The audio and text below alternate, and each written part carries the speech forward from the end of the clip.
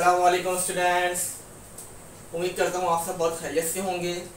और जो first video मैंने अपने चैनल पर अपलोड की थी वो आपने यकीनन देखी होगी, और जिन लोगों ने नहीं देखी हो वो जल्दी से जाके वीडियो को देखें।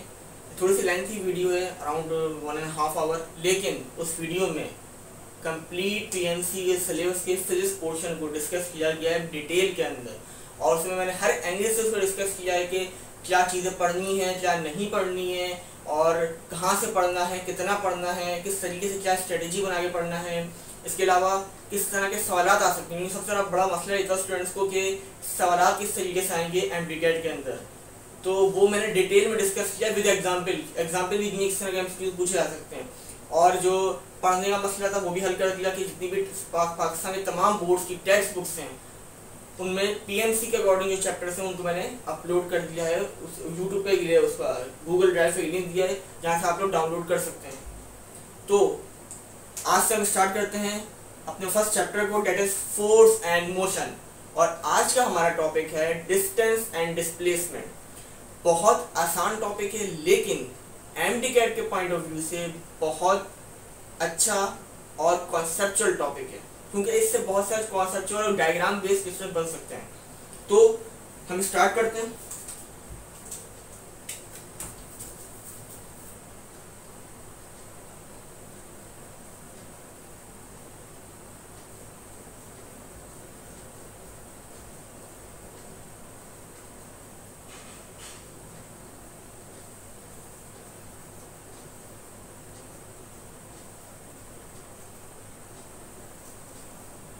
फोर्स एंड मोशन, और जो हमारा टॉपिक है वो आज का क्या है,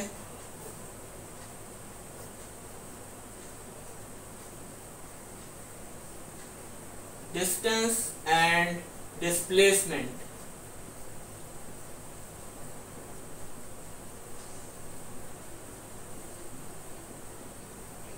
अब स्टूडेंट्स, डिस्टेंस क्या चीज है और डिस्प्लेसमेंट क्या चीज है। सपोज मेरे पास दो पॉइंट्स हैं ए एंड बी, ओके। अब मुझे पॉइंट ए से पॉइंट बी तक मूव करना है, तो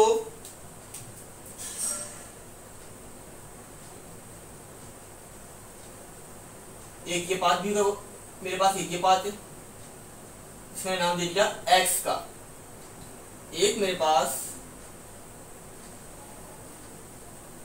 ये पाथ है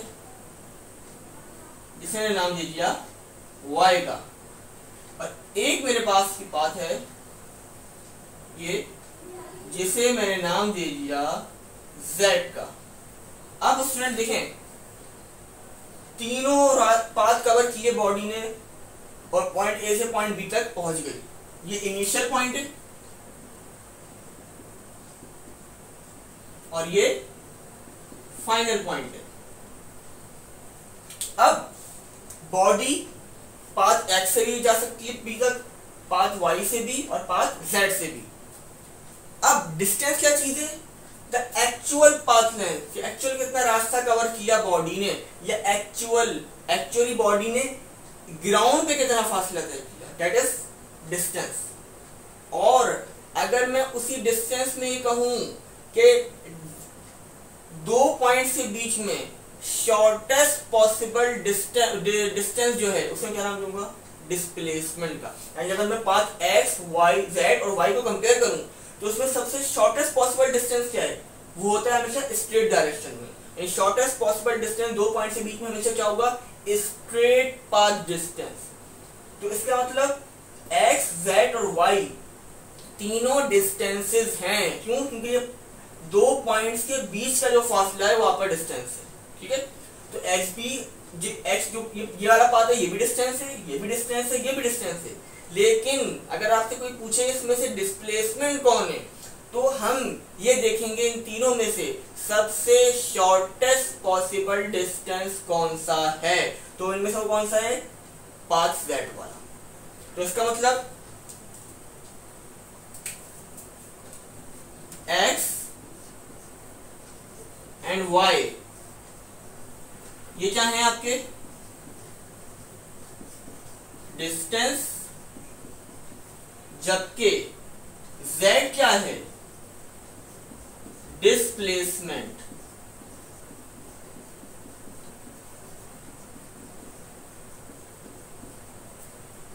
क्लियर है स्टूडेंट आप लोगों को कि एक्चुअल पाथ लाइन जो होगी, यानी सिंपल नहीं कह सकते कि दो पॉइंट के बीच में जो फासला मौजूद है उसे हम क्या कहेंगे, डिस्टेंस कहेंगे।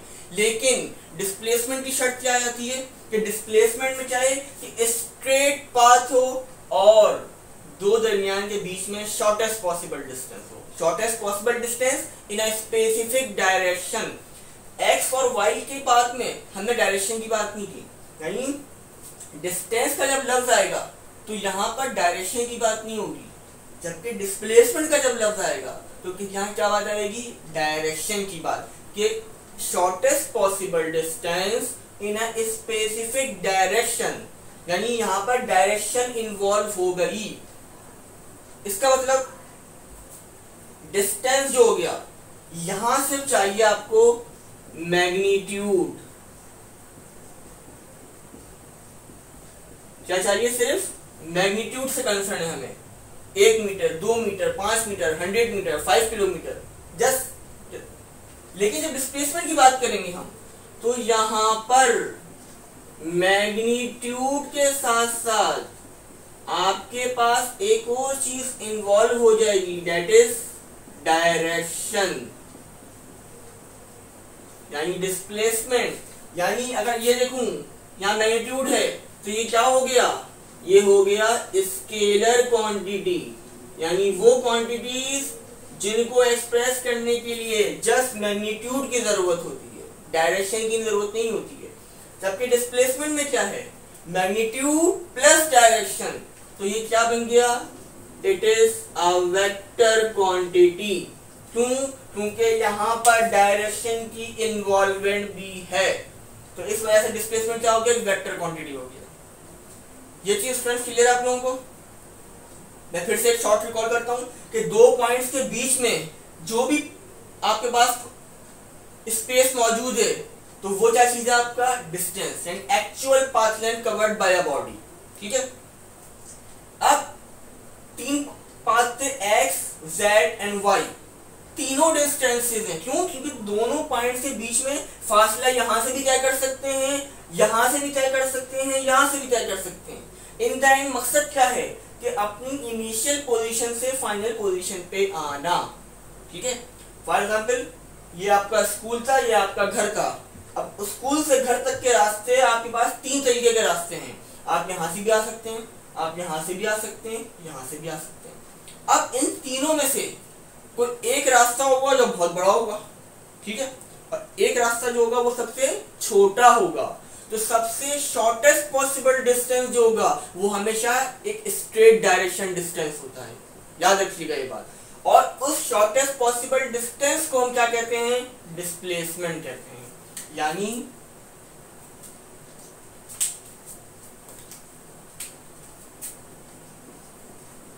डिस्टेंस क्या हो गया,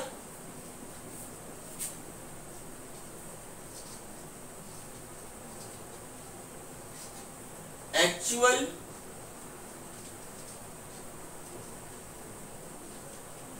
path length covered between 2 points, सही। और डिस्प्लेसमेंट क्या हो गया,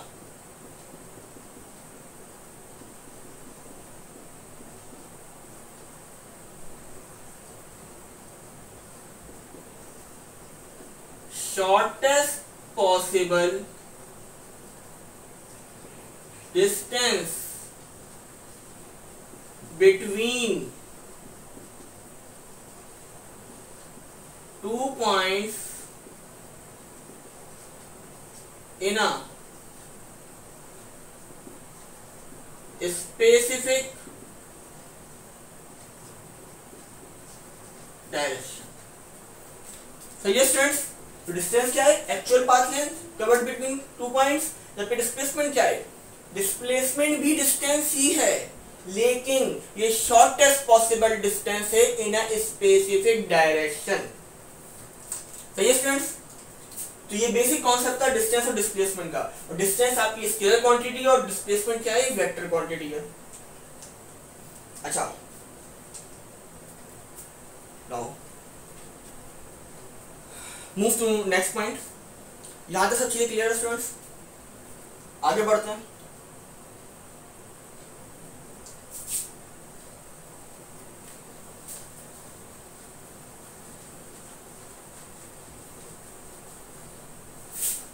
अब ये कॉन्सेप्ट आपने याद रखना है, ठीक है। अच्छा, अब हमें ये भी पता चल गया कि डिस्टेंस स्केलर है और डिस्प्लेसमेंट क्या है, वेक्टर। नाउ अब एक हम छोटा सा कॉन्सेप्ट देखना चाह रहे हैं क्या। अच्छा, एक और चीज, क्योंकि डिस्टेंस स्केलर है और डिस्प्लेसमेंट क्या है, एक वेक्टर क्वांटिटी है। अब यहां पर अभी एक डिस्टेंस था, एक डिस्प्लेसमेंट था। अब हम ये देखना चाह रहे हैं कि अगर मल्टीपल हो तो क्या करेंगे। तो याद रखें,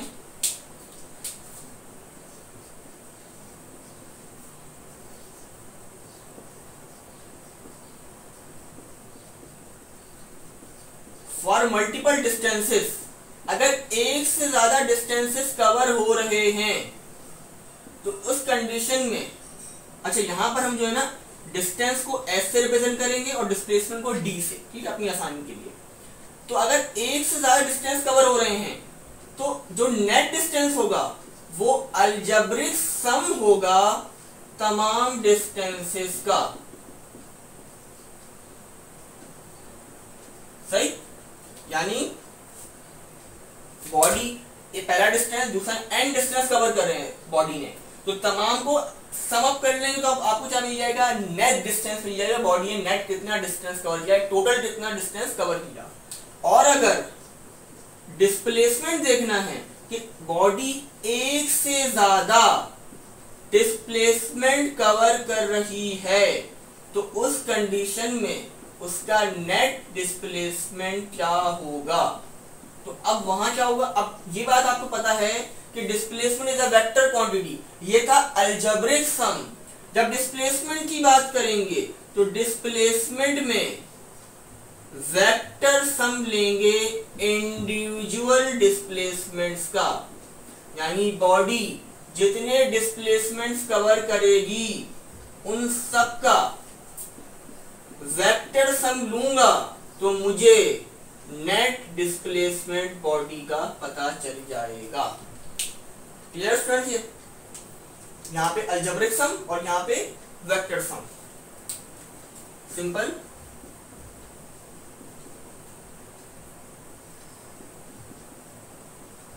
अलजेब्रिक सम कब, जब डिस्टेंसेस की बात हो, क्योंकि स्केलर है, जस्ट सम अप करना है।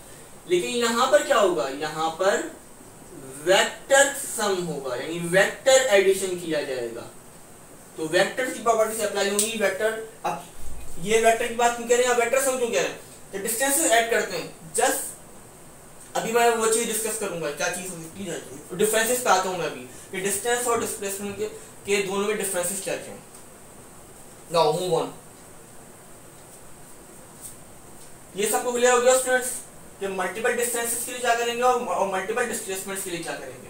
अब हम आते हैं डिस्टेंस एंड डिस्प्लेसमेंट के डिफरेंसेस के ऊपर, उन दोनों को हम कंपेयर करेंगे अब, ठीक है, ताकि हमें एक आइडिया मिल जाए कि दोनों का डिफरेंस क्या क्या, डिस्टेंस की कंडीशन में क्या होगा और डिस्प्लेसमेंट की कंडीशन में क्या होगा।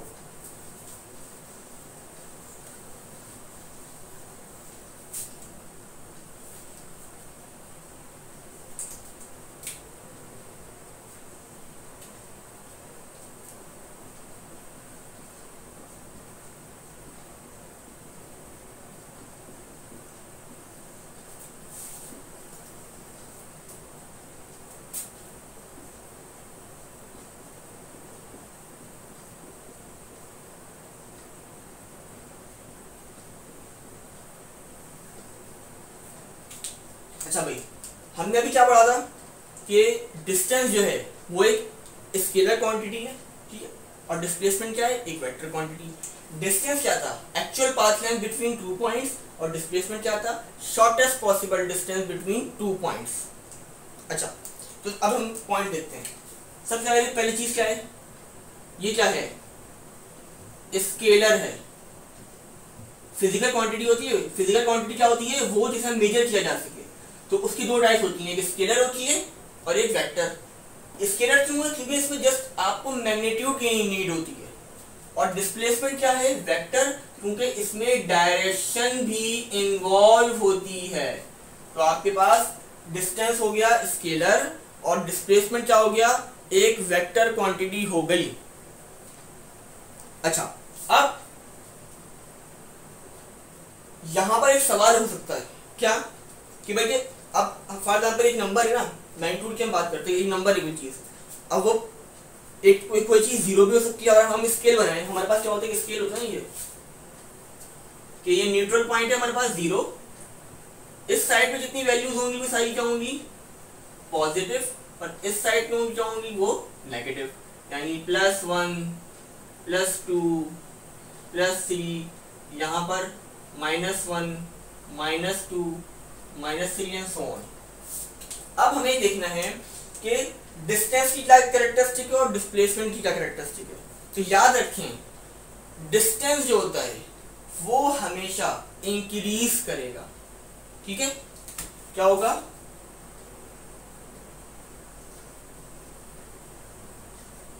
ऑलवेज इंक्रीजेस, यानी हमेशा इसकी वैल्यू बढ़ेगी, कम नहीं हो सकती है, ठीक है स्टूडेंट्स। और अगर डिस्प्लेसमेंट की बात करें तो ये इंक्रीज भी कर सकता है और डिक्रीज भी कर सकता है। क्यों, क्योंकि ये एक वेक्टर क्वांटिटी है, यहां पर ये इंक्रीज भी कर सकता है और डिक्रीज भी कर सकता है। अब जब आगे इंक्रीज कर रहा है, इसका मतलब जो आपका डिस्टेंस है वो कभी भी जीरो नहीं हो सकता। यानी डिस्टेंस हमेशा हमेशा जीरो से बड़ा होगा, यानी पॉजिटिव होगा। ऐसा होगा पॉजिटिव। लेकिन ये किस कंडीशन में है, उसी कंडीशन में है only for a moving body, कि अगर बॉडी मूव कर रही है उस कंडीशन में डिस्टेंस कभी भी जीरो नहीं होगा, हमेशा ग्रेटर देन जीरो होगा, यानी पॉजिटिव होगा। क्यों, जीरो से बड़े जितनी वैल्यूज होती हैं सारी क्या होती हैं, पॉजिटिव स्केल पे होती हैं। ये बात क्लियर है, पॉजिटिव। लेकिन कंडीशन क्या है कि बॉडी मूव कर रही है, अगर बॉडी मूव ही नहीं कर रही है, अपनी जगह पर रुकी हुई है, तो डिस्टेंस जीरो होगा उस कंडीशन में। सही है, यानी चलिए अभी इसको हम पॉइंट डिस्कस करते हैं। सिर्फ जीरो कब होगा, एक ही कंडीशन में,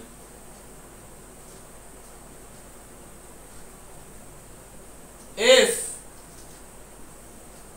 बॉडी इज एट रेस्ट।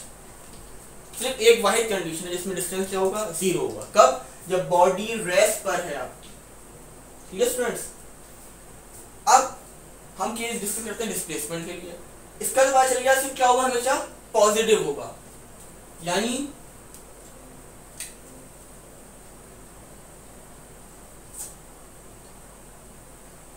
अगर हम यहाँ पर तीन केस देखें, एक क्या है, s greater than zero, s less than zero, s equal to zero. अच्छा, जब हम डिस्टेंस और डिस्प्लेसमेंट की बात कर रहे हो तो अंडरस्टूड सी बात है कि हम मूवमेंट की बात कर रहे हैं, बॉडी मूव कर रही है अपनी जगह से। ठीक है, तो हम ये वाली कंडीशन देखते ही नहीं है, रेस्ट वाली कंडीशन। हम मोशन की बात कर रहे हैं यहाँ पे। तो पहली कंडीशन क्या हो गई, s greater than zero, s less than zero, s equal to zero. तो याद रखें हमेशा ये आपका ट्रू होगा। यानी डिस्टेंस हमेशा 0 से ग्रेटर होगा, पॉजिटिव होगा। एक और चीज लिखता हूं, यानी ये आ गई पॉजिटिव की कंडीशन, ये आ गई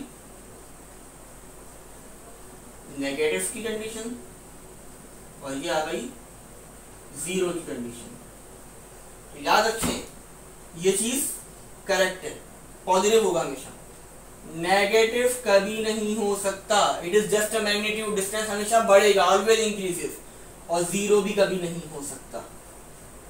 क्योंकि अंडरस्टूड सी बात है, हम किसकी बात कर रहे हैं, मूवमेंट की बात कर रहे हैं, बॉडी मूव कर रही है, तो इसके बाद सिर्फ डिस्टेंस पॉजिटिव होगा, ना ही कभी नेगेटिव होगा और ना ही कभी 0 होगा। It always increases and should be positive. ठीक है, अब हम डिस्प्लेसमेंट की तरफ आते हैं। अब यही हम कॉन्सेप्ट डिस्प्लेसमेंट के लिए चेक करेंगे कि यहाँ तो पता है डिस्टेंस हमेशा बढ़ रहा है। अब हमने देखा कि डिस्प्लेसमेंट इंक्रीज भी हो रहा है और डिक्रीज भी हो सकता है डिपेंडिंग ऑन कंडीशन। इसका मतलब इससे हमें क्या बात पता चली, अच्छा ये तो सिर्फ पॉजिटिव हो सकता है ना। अब डिस्प्लेसमेंट के लिए देख सकते हैं, डिस्प्लेसमेंट के लिए क्या कंडीशन हो सकती है। अच्छा डिस्प्लेसमेंट को हम डी से रिप्रेजेंट कर रहे हैं, तो डिस्प्लेसमेंट के लिए याद रखें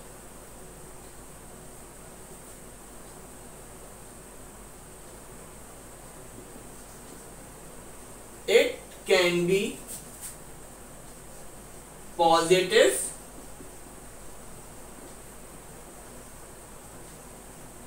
negative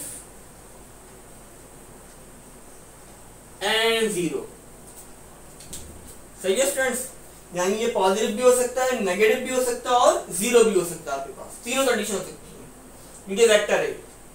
और इसका एक और रीजन भी, अब यहाँ चेक करेंगे तो किस तरीके से हो सकता है ये।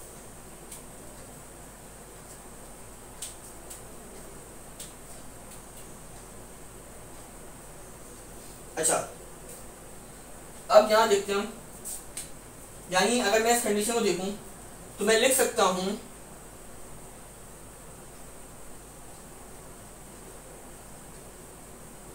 कि d जो है ग्रेटर देन 0 भी है, लेस देन 0 भी है और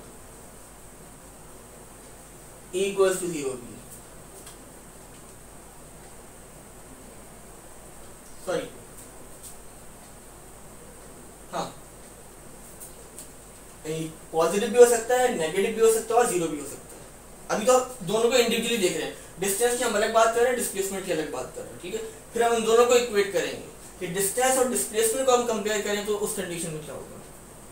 क्योंकि पीछे हम डिस्टेंस पढ़ चुके हैं कि डिस्प्लेसमेंट भी डिस्टेंस ही है, लेकिन क्या है, शॉर्टेस्ट पॉसिबल डिस्टेंस। अब डिस्प्लेसमेंट क्या हो सकता है, वो पॉजिटिव भी हो सकता है, नेगेटिव भी हो सकता है और 0 भी हो सकता है। अब जरा आप देखें, पॉजिटिव तो समझ में आता है कि एक चीज बढ़ रही है, पॉजिटिव वैल्यू है, नेगेटिव भी समझ में आ रहा है, नेगेटिव को देखेंगे किस तरह नेगेटिव है, 0 कैसे हो सकता है। कोई ध्यान में चीज टॉपिक आ रहा है कि डिस्प्लेसमेंट 0 कैसे हो सकता है, कब हो सकता है। डिस्प्लेसमेंट के बारे में एक और बात, जब मैं फिगर बनाई थी पहली वाली ए और बी में, तो डिस्प्लेसमेंट को एक और तरह भी हम डिफाइन कर सकते हैं कि बॉडी पॉइंट ए पे है, पॉइंट बी तक जाना है, इनिशियल पोजीशन फाइनल पोजीशन। तो डिस्प्लेसमेंट की एक और डेफिनेशन है कि change in position of a body, कि बॉडी की पोजीशन में जो चेंज आएगा उसे हम क्या कहेंगे, डिस्प्लेसमेंट। कि इनिशियल पोजीशन से फाइनल पोजीशन में चली गई। ठीक है, तो ये क्या आ गई इसकी डिस्प्लेसमेंट, कि change in position of a body.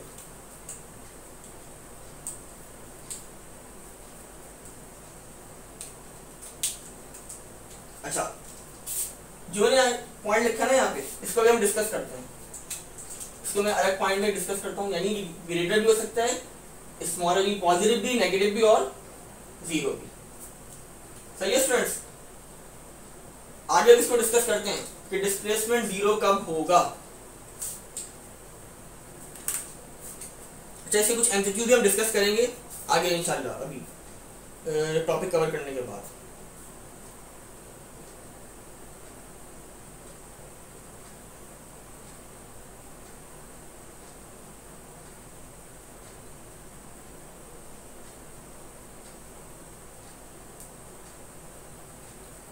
अच्छा फ्रेंड्स, यहाँ पे मैं एक चीज थोड़ा सा एक्सप्लेन कर दूं। पॉजिटिव चीज है, नेगेटिव भी है और ये जीरो भी है। अच्छा, अगर हम वापस इस डायग्राम पे जाएं, यानी पॉइंट ए और पॉइंट बी, ये इनिशियल पॉइंट था, ये फाइनल पॉइंट था, ठीक है। अब डिस्प्लेसमेंट जीरो कब होगा, नेगेटिव कब होगा, जीरो कब होगा, तो इस एग्जांपल से हम इसको समझते हैं। अब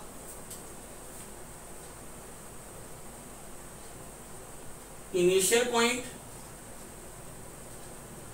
फाइनल पॉइंट, बॉडी इनिशियल से फाइनल की तरफ जा रही है, तो डिस्प्लेसमेंट क्या होगा, बढ़ रहा होगा। जीरो से स्टार्ट होगा, 1 2 3 4 एंड सो ऑन, यानी जब इनिशियल पोजीशन से बॉडी दूर जा रही होगी तो डिस्प्लेसमेंट क्या होगा, ग्रेटर देन जीरो होगा, पॉजिटिव होगा। और अगर ये बी तक पहुंच गई, डिस्प्लेसमेंट कवर कर लिया, अब ये वापस अपनी इनिशियल पोजीशन की तरफ मूव करना शुरू कर दे, तो इस कंडीशन में डिस्प्लेसमेंट क्या होगा, डिक्रीज होना शुरू हो जाएगा। क्यों,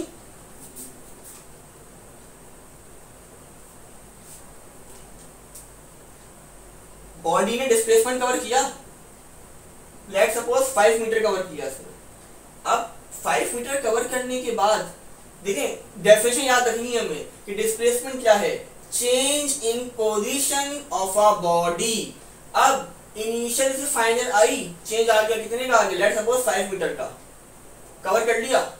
अब वो वापसी फाइनल पोजीशन से इनिशियल की तरफ आ रही है, तो लेट सपोज अगर इसने पहले 5 मीटर कवर किए थे और ये घूमकर यहाँ वापसी इसने 2 मीटर और कवर कर लिए, तो 5 - 2 कितना बचेगा, 3 मीटर।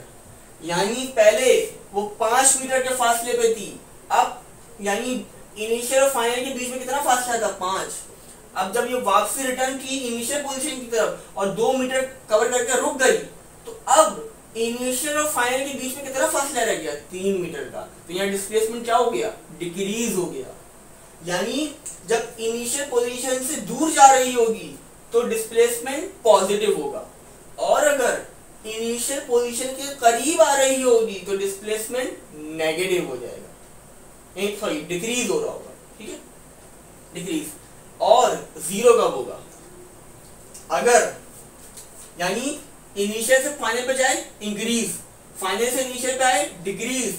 जीरो कब होगा, अगर यही बॉडी मूव करते करते वापस अपनी इनिशियल पोजीशन पे आ जाए, तो क्या होगा, यहां से चली थी यहां तक 5 मीटर का फासला कवर किया, फिर वापसी बी से चल के ए पे आ गई, यानी 5 मीटर दोबारा कवर कर लिया अपोजिट डायरेक्शन में, तो जहां से चली वहीं पे आके बॉडी दोबारा रुक गई, तो आपका डिस्प्लेसमेंट क्या हो गया, जीरो हो गया।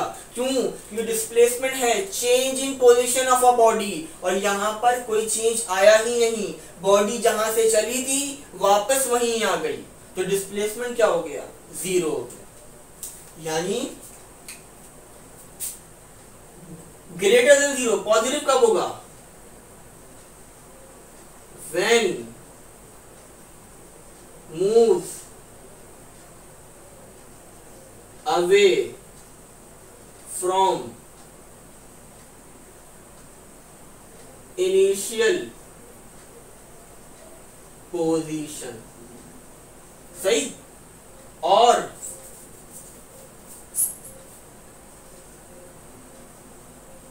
नेगेटिव कब होगा,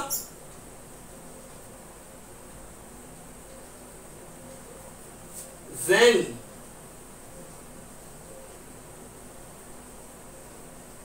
moves toward initial position,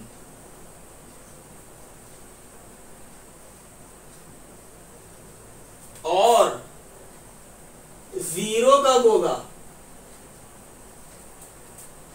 जब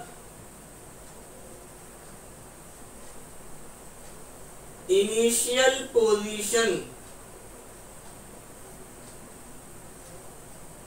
इक्वल होगी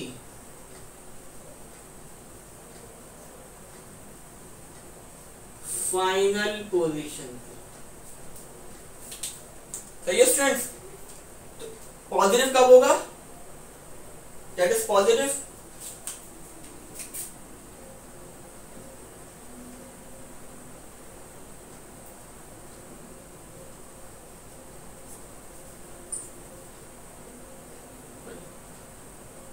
increase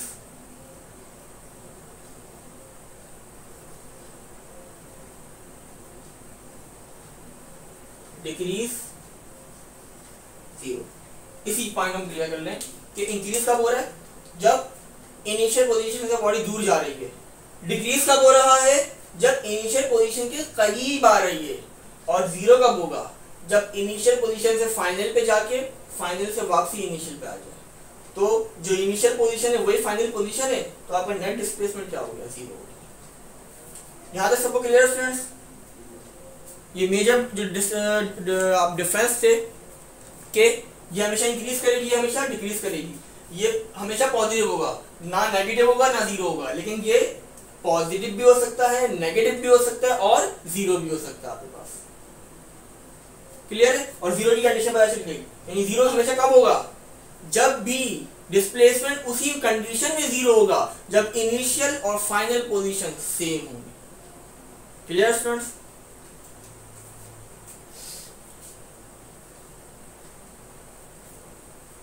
अभी इस चीज को एक और तरीके से डिस्कस करते हैं। जो जीरो वाला पॉइंट है ना, इसके लिए एक और पॉइंट से आपको क्लियर करता हूँ। यहां तक सारी चीजें क्लियर है स्टूडेंट्स? आगे बढ़ते हैं। आई होप यहां तक आपका बेसिक कॉन्सेप्ट क्लियर हो गया होगा कि डिस्टेंस और डिस्प्लेसमेंट के अंदर बेसिक डिफरेंस क्या है। ठीक है, अब एक और तरीके से हम पहले मैं डिस्प्लेसमेंट की एक और चीज में डिस्कस कर लूं, उसके बाद हम इक्वेट करेंगे डिस्टेंस और डिस्प्लेसमेंट को कि इनका आपस में क्या रिलेशन है। अब तो हमने देख लिया ना कि कौन पॉजिटिव है, कब जीरो होगा, कब क्या नेगेटिव होगा, वो चीजें देखनी। अब हम इन दोनों को इक्वेट भी करेंगे। सबसे पहले एक पॉइंट मैं आपको लिखवा दूं, वो हम डिस्कस कर लें डिस्प्लेसमेंट के बारे में, क्योंकि ये कॉन्सेप्ट जो अभी सिखा रहा हूँ छोटे छोटे, ये आगे अभी हम लोग को हम जब एमसीक्यूज डिस्कस करेंगे, एग्जाम्पल्स सॉल्व करेंगे, तो वहां पर बड़ी छोटे छोटे कॉन्सेप्ट काम आएंगे आपके। बेसिक कॉन्सेप्ट आपने क्लियर कर लिए, फिर चाहे डायग्राम बेस्ड सवाल आए, कोई भी सवाल आए, आप इजीली इसको अटेम्प्ट कर सकते हैं। अच्छा स्टूडेंट्स, पाथ क्या होता है? बॉडी और फासला तय कर रही है। अब वो पाथ डिफरेंट तरीके से हो सकते हैं। जैसे अभी फर्स्ट एग्जाम्पल में देखा था कि वो एक्स वाई जेड 3 तरह के पाथ थे। अब वो किसी भी शेप के हो सकते हैं। अब पाथ जो होते हैं हमारे पास 2 तरीके के होते हैं।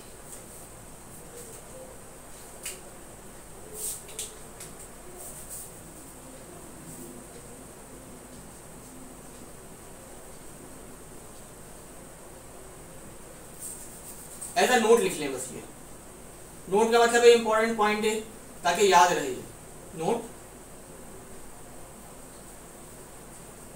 एक आपके पास होता है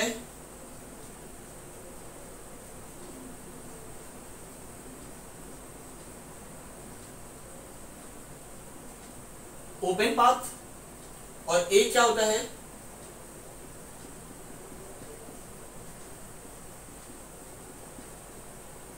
क्लोज पाथ। सही है स्टूडेंट्स? ओपन पाथ क्या है? ये इनिशियल पॉइंट था,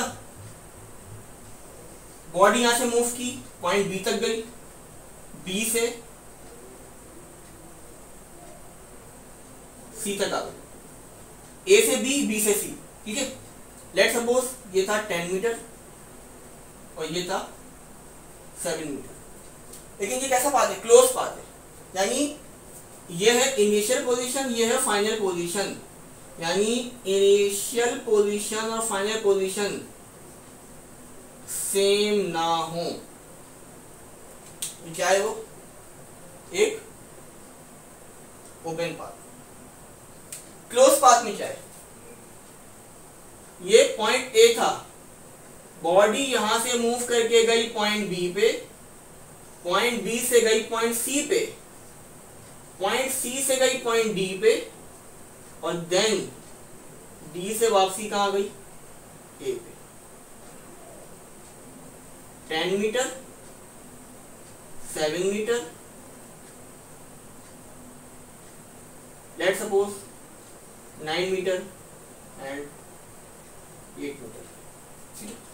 रेक्टेंगल में समझना, ये इसको रेक्टेंगल काउंट नहीं करिएगा कि भाई ये सर आपने ये सेम जो लिखी। जस्ट एग्जांपल दे रहा हूँ कि क्लोज पाथ का मतलब क्या है कि बॉडी जहां से स्टार्ट करेगी वहीं आगे एंड करेगी, यानी इनिशियल और फाइनल पोजीशन क्या होंगी, सेम होगी, जबकि यहाँ सेम नहीं होगी। ये बेसिक डिफरेंस है ओपन और क्लोज पाथ का।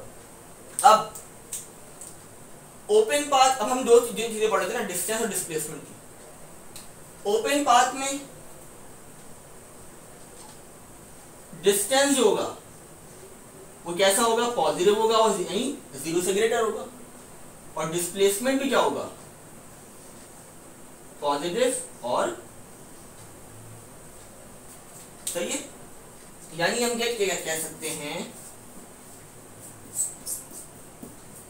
कि डिस्टेंस जो है वो भी नॉन जीरो होगा और डिस्प्लेसमेंट भी नॉन जीरो होगा,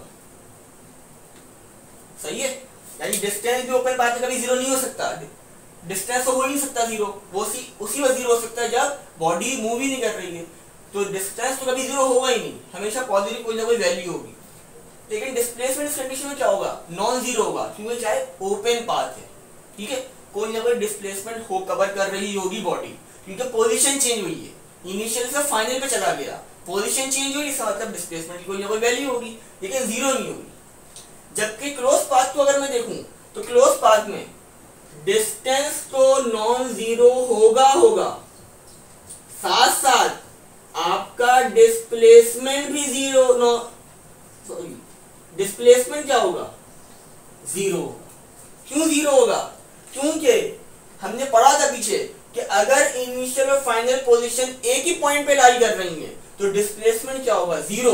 तो डिस्प्लेसमेंट के लिए डेफिनेशन क्या है, change in position of a body. जब पोजीशन ही चेंज नहीं हो रही है तो डिस्प्लेसमेंट क्या होगा, जीरो होगा, ठीक है। तो याद रखना है ओपन पाथ में डिस्प्लेसमेंट हमेशा नॉन जीरो और क्लोज पाथ में डिस्प्लेसमेंट हमेशा जीरो, और डिस्टेंस दोनों कंडीशन में नॉन जीरो होगा आपके पास। ये कॉन्सेप्ट क्लियर होगा स्टूडेंट्स कि ओपन पाथ और क्लोज पाथ, ये बहुत ही छोटा कॉन्सेप्ट है बेसिक, लेकिन चाहे आपको बहुत से क्वेश्चन में काम आएगा। अच्छा आगे बढ़ते हैं। अब हम अगला स्टेप जो करने जा रहे हैं उसमें हम डिस्टेंस और डिस्प्लेसमेंट को आपस में स्टडी करेंगे, मर्ज करके कि इनका आपस में क्या रिलेशन होगा। कोई भी बॉडी मूव कर रही है, एक मोशन हो रही है, अब उसमें हम देखेंगे कि उसमें डिस्टेंस क्या होगा, डिस्प्लेसमेंट क्या होगा।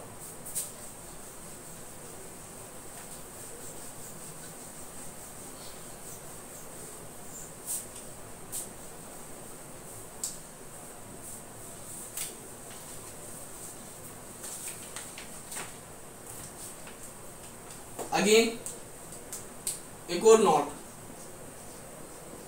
पॉइंट करने, एक और क्या, अच्छा क्लोज पाथ तो मैंने बता दिया, ठीक है। अब बॉडी की मूवमेंट के लिहाज से एक और चीज को हम डिस्कस कर सकते हैं, क्या कि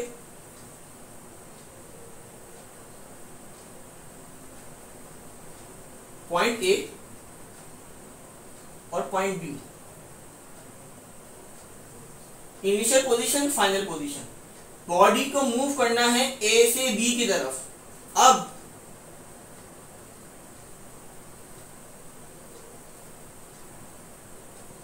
बॉडी इस तरीके से ही मूव करके आ सकती है, ठीक है। दूसरी कंडीशन क्या है कि ए से बी जाना है,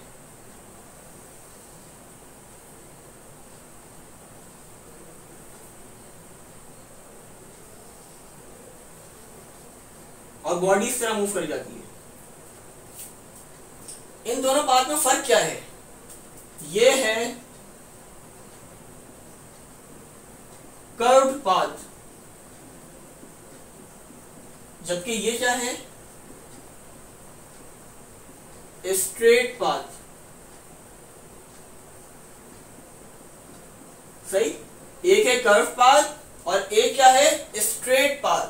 अब दोनों में डिफरेंस अब ये देखना है कि डिस्टेंस क्या होगा, डिस्प्लेसमेंट क्या होगा। इस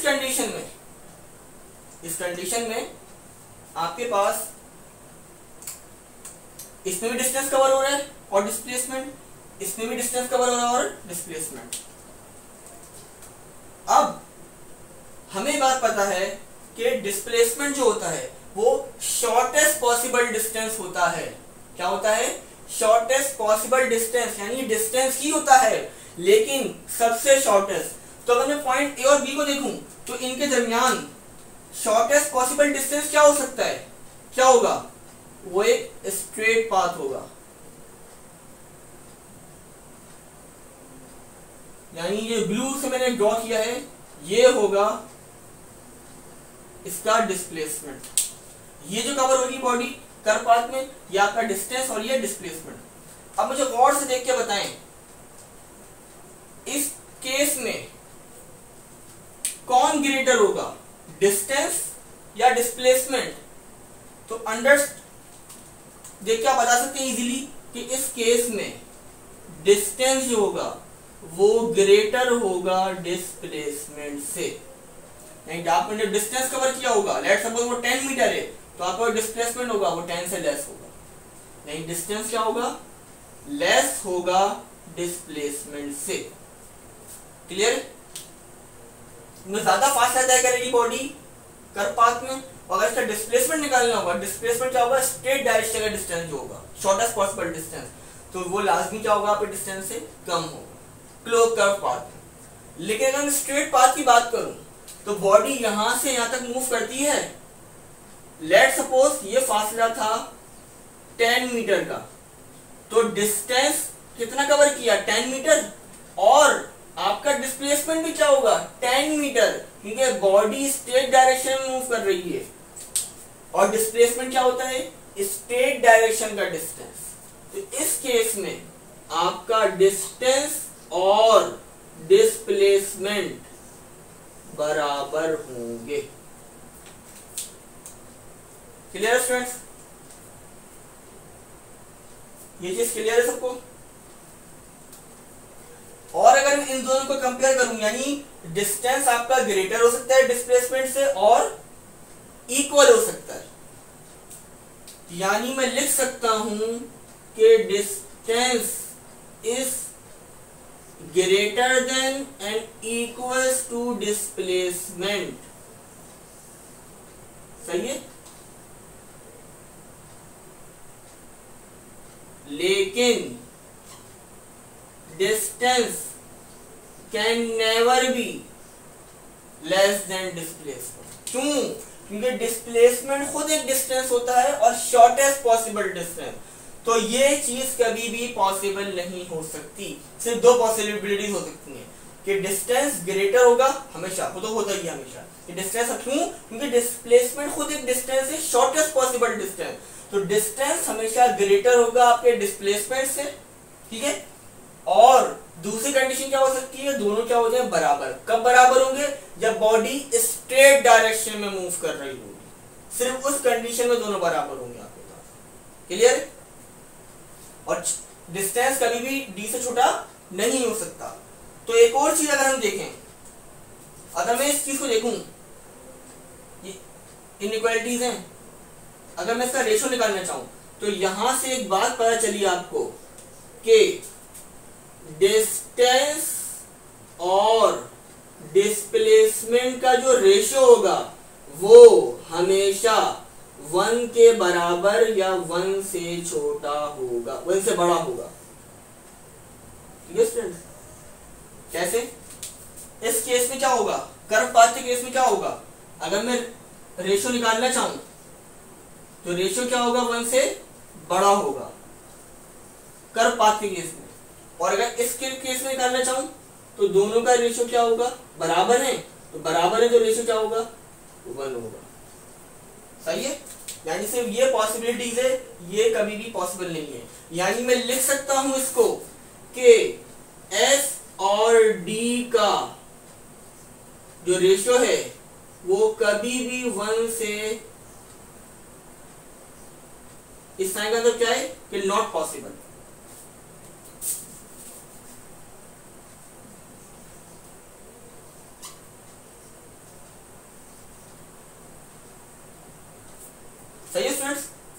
यानी डिस्टेंस हमेशा ग्रेटर और इक्वल होगा डिस्प्लेसमेंट के, तो उन दोनों का रेशियो क्या होगा हमेशा ग्रेटर देन इक्वल्स टू 1, या तो 1 से बड़ा होगा या 1 के बराबर होगा। 1 के बराबर कब होगा? जब बॉडी स्ट्रेट डायरेक्शन में मूव कर रही होगी। और अगर ये रिलेशन देखें तो डिस्टेंस कभी भी छोटा नहीं हो सकता डिस्प्लेसमेंट से, यानी इन दोनों का रेशियो कभी भी 1 से छोटा नहीं आएगा, या तो 1 होगा या 1 से बड़ा होगा। 1 कब होगा? स्ट्रेट पाथ के लिए, और 1 से बड़ा कब होगा? एक कर्व पाथ के लिए। ये कॉन्सेप्ट क्लियर है स्टूडेंट्स? तो ये अपने बेसिक पॉइंट्स थे जो हमने डिस्टेंस और डिस्प्लेसमेंट के पॉइंट ऑफ व्यू से कवर किए। ठीक है, आई होप ये सारे पॉइंट आपको क्लियर हो गए होंगे। डिस्टेंस और डिस्प्लेसमेंट के बारे में अब आपके जो कॉन्सेप्ट है वो बिल्कुल क्लियर होगा कि डिस्टेंस क्या है और डिस्प्लेसमेंट क्या है। ठीक है,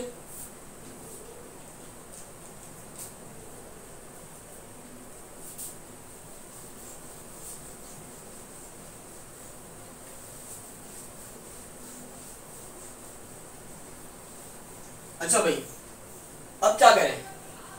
कॉन्सेप्ट तो हमने समझ लिया कि भाई ये डिस्टेंस क्या है, डिस्प्लेसमेंट क्या है। अब आ गया वक्त एग्जाम्पल सॉल्व करने का। कुछ एग्जाम्पल्स करेंगे कि जो कॉन्सेप्ट समझे हैं उनको हम अप्लाई करेंगे अपने इस एमसीक्यूज के ऊपर। कुछ एग्जाम्पल सॉल्व करेंगे कि किस किस तरह के सवालात आपको एमटीकेट में पूछे जा सकते हैं। इससे पहले एक और चीज याद रखनी है आपने, वो क्या है?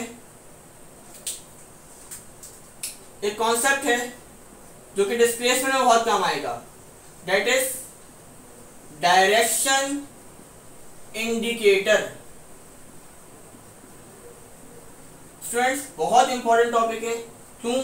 क्योंकि ये आपको एमसीक्यूज में बहुत काम देगा और इसके एमसीक्यूज पास पेपर में बहुत ज्यादा आ चुके हैं। वो क्या है?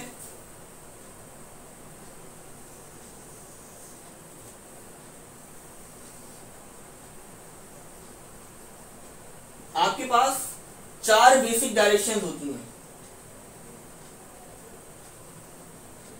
यह बहुत कॉमनली आपने सुना भी होगा, ईस्ट, वेस्ट,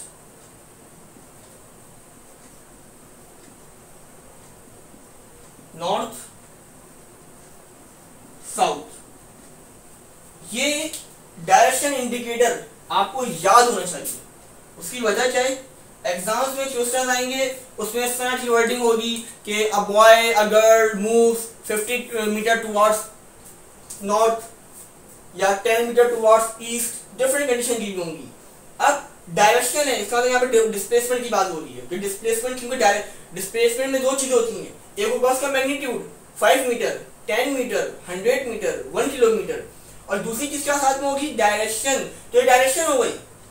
ईस्ट क्या शो कर रही है? डायरेक्शन को, कि वो ईस्ट डायरेक्शन में जा रहे हैं, मशरिक तरफ। वेस्ट की तरफ जा रही है, यानी 5 वेस्ट क्या हो गई? डायरेक्शन। नॉर्थ क्या है? डायरेक्शन। साउथ क्या है? डायरेक्शन। सही है स्टूडेंट्स? तो ये चीज आपको याद होनी चाहिए। अच्छा, अब ये बेसिकली 4 एक्चुअली कोऑर्डिनेट्स बन गए। तो ईस्ट और नॉर्थ के बीच में अगर मैं एक लाइन ड्रॉ करूं, ये लाइन,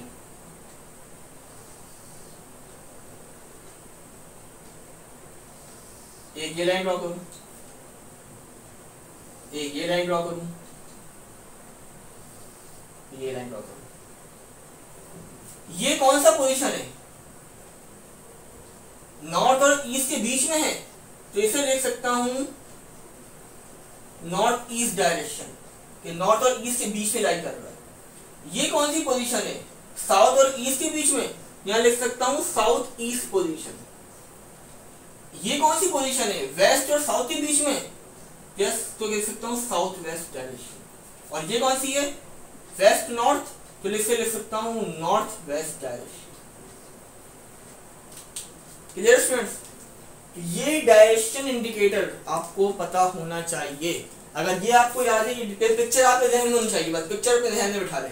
पिक्चर आपके जहन में है, कितना टिपिकल क्वेश्चन आ जाए, सिर्फ करना क्या होता है, वर्डिंग जो गिवन है सवाल के अंदर उसे पिक्टोरियली ड्रॉ कर लें। बस आपका जो आंसर है क्वेश्चन का वो सेकंड्स में आपको पता चल जाएगा। जस्ट आपको इस वर्डिंग को पिक्टोरियल फॉर्म में कन्वर्ट करना है और पिक्चर आपका जवाब दे देगी कि आपका आंसर क्या है। डिस्प्लेसमेंट निकालना है आपको इसके अंदर। डिस्प्लेसमेंट पूछ सकते हैं आपसे, वेलोसिटी पूछ सकते हैं, डिफरेंट चीजें पूछ सकते हैं डिपेंडिंग ऑन द क्वेश्चन। ये चीज सबको क्लियर हो गई है। ये डायरेक्शन इंडिकेटर बहुत इंपॉर्टेंट है डिस्प्लेसमेंट के क्वेश्चंस के लिए, बहुत इंपॉर्टेंट टॉपिक। तो ये डायग्राम आपको अच्छी तरीके से याद होनी चाहिए। ईस्ट कहाँ है, वेस्ट कहाँ है। भाई सिंपल, जब भी सवाल आए जिसमें जिक्र हो डायरेक्शंस का, नॉर्थ ईस्ट वेस्ट साउथ, आप साइड में ये डायरेक्शन इंडिकेटर ड्रॉ कर लें। बस ड्रॉ कर लिया, फिर जैसे जैसे सवाल में कहा जाएगा वैसे वैसे वेक्टर ड्रॉ कर लेना। ठीक है, अब इसके एग्जांपल्स करेंगे हम। Now let's move towards the examples. अब कुछ अच्छे एग्जांपल्स करेंगे हम, और जो कॉन्सेप्ट हमने सीखे हैं उनको अप्लाई करेंगे सॉल्यूशन करने के लिए। Now it's time for example section. Now examples.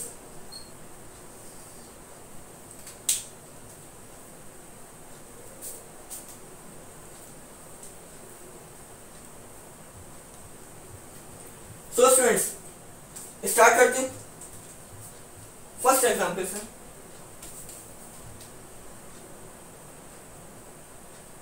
Number 1। एक बॉडी है, ये पॉइंट मौजूद है स्टार्टिंग पॉइंट, वो 5 मीटर कवर करती है ऐसे, देन 10 मीटर,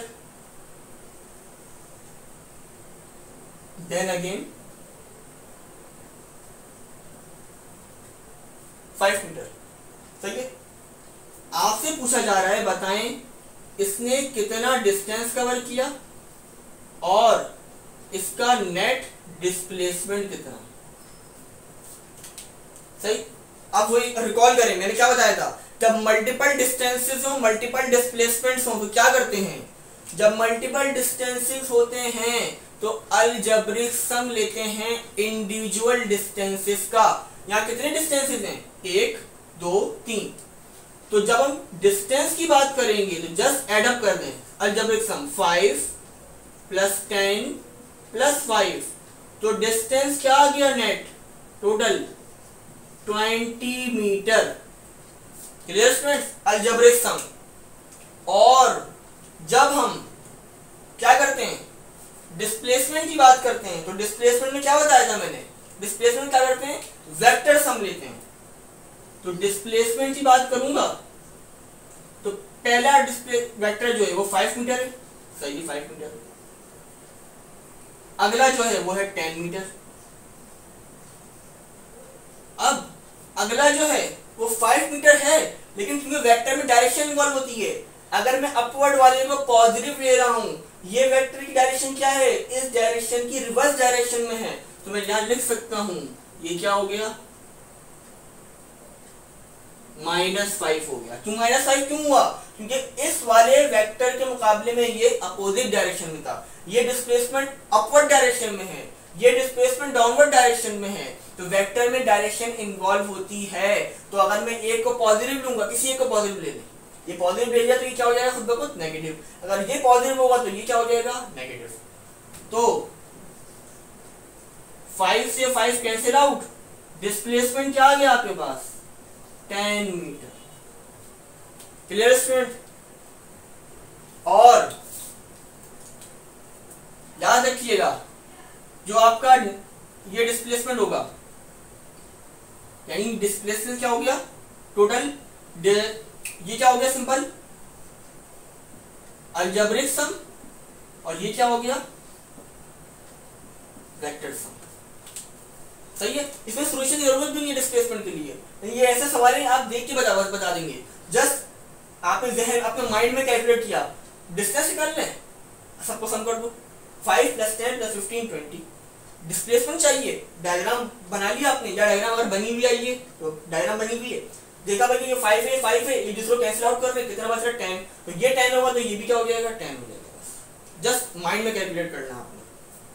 क्लियर स्टूडेंट्स। ये बहुत सिंपल सी एग्जांपल थी पहली, आगे मजीद एग्जांपल्स करेंगे सॉल्व। अच्छा, नेक्स्ट एग्जांपल,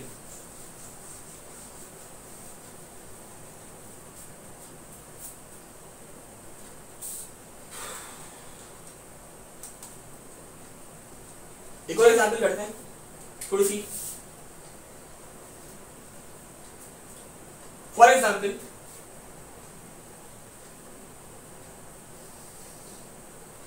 एक बॉडी पॉइंट ए से पॉइंट बी तक जाती है और कवर करती है 4 मीटर का फासला, सही। फिर पॉइंट बी से पॉइंट सी तक जाती है और कवर करती है 3 मीटर का फासला। अब आपसे पूछा जा रहा है, बताएं बॉडी ने कितना डिस्टेंस कवर किया और उसका नेट डिस्प्लेसमेंट क्या है। भाई डिस्टेंस की डेफिनेशन बिल्कुल सिंपल है, क्या है? डिस्टेंस क्या है? सिंपल अलजेब्रिक सम। तो पहला डिस्टेंस कितना है? 4 और नेक्स्ट कितना है? 3। तो डिस्टेंस कितना आ गया? 7 मीटर। डिस्टेंस सिंपल है, अलजेब्रिक सम है खाली। अब यहां पर डिस्प्लेसमेंट कैसे निकालेंगे? अब डिस्प्लेसमेंट की डेफिनेशन में वापस चलेंगे। डिस्प्लेसमेंट क्या होता है? Shortest possible distance between 2 points. तो अब आपको ए से सी तक का डिस्प्लेसमेंट चाहिए, तो शॉर्टेस्ट पाथ क्या बनेगा? शॉर्टेस्ट पाथ क्या बनेगा?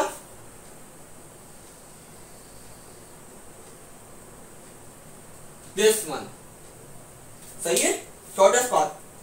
तो ये क्या बन गया? ये बन गया एक राइट एंगल ट्रायंगल, सही है। अब राइट एंगल ट्रायंगल, तो यहां पे हम क्या लगा सकते हैं? Pythagoras theorem. ये आपकी बेस, ये आपका हाइपोटेनस, सॉरी ये आपका परपेंडिकुलर और ये आपका हाइपोटेनस। तो पाइथागोरस थ्योरम क्या बोलता है? यानी डिस्प्लेसमेंट के लिए हम क्या करेंगे? हमें डिस्प्लेसमेंट चाहिए तो हम लगाएंगे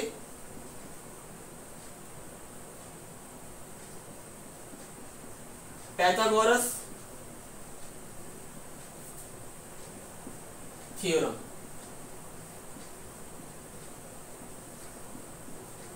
ये है ए बी, ये है बी सी और ये ए सी।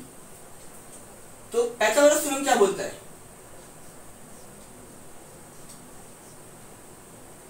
हाइपोटेनस का स्क्वायर बराबर है base square plus hypotenuse square. तो हाइपोटेनस क्या है? Perpendicular square. हाइपोटेनस क्या है आपके पास जो रिक्वायर्ड थी आपकी चीज? This AC. इसे मैंने क्या बोला था? डिस्प्लेसमेंट है ये हमारा। तो ये हो गया डी स्क्वायर। बेस क्या है आपके पास? 4 का स्क्वायर। परपेंडिकुलर क्या है? 3 का स्क्वायर। स्क्वायर हटाना है तो बहुत सारे रूट ले लें, तो ये बन जाएगा 4 स्क्वायर प्लस 3 स्क्वायर। तो 4 का स्क्वायर 16, 3 का स्क्वायर 9, 16 और 9 25। 25 रूट से बाहर आएगा, क्या बन जाएगा? 5 मीटर। यानी इस केस में आपका डिस्टेंस कितना कवर हुआ है? 7 मीटर और डिस्प्लेसमेंट कितना कवर हुआ है? 5 मीटर। कॉन्सेप्ट क्लियर है स्टूडेंट आप लोगों को? तो डिस्प्लेसमेंट की कंडीशन में डायग्राम आपकी बड़ी हेल्प करेगी। डिस्टेंस सिंपल है, जस्ट ऐड अप कर देना, अलजेब्रिक सम। कोई इसमें वैसी कोई तोप चीज नहीं है। जस्ट डिस्प्लेसमेंट के केस में आपको डायग्राम आपके सामने होगी, उससे आप जज करेंगे कि क्या कंडीशन बन रही है। आई होप यहां तक आपको सारी चीजें क्लियर होंगी। नेक्स्ट आगे बढ़ते हैं। अब जो हम एग्जाम्पल करने वाले हैं वो बहुत इंटरेस्टिंग होगी। 2 एग्जाम्पल हम बड़ी एग्जाम्पल्स करेंगे और उसको बड़े अच्छे से समझना है आपने। क्यों? क्योंकि बहुत इंपॉर्टेंट है और उससे पास्ट पेपर में सवाल आ चुके हैं और आने के चांसेस भी आगे।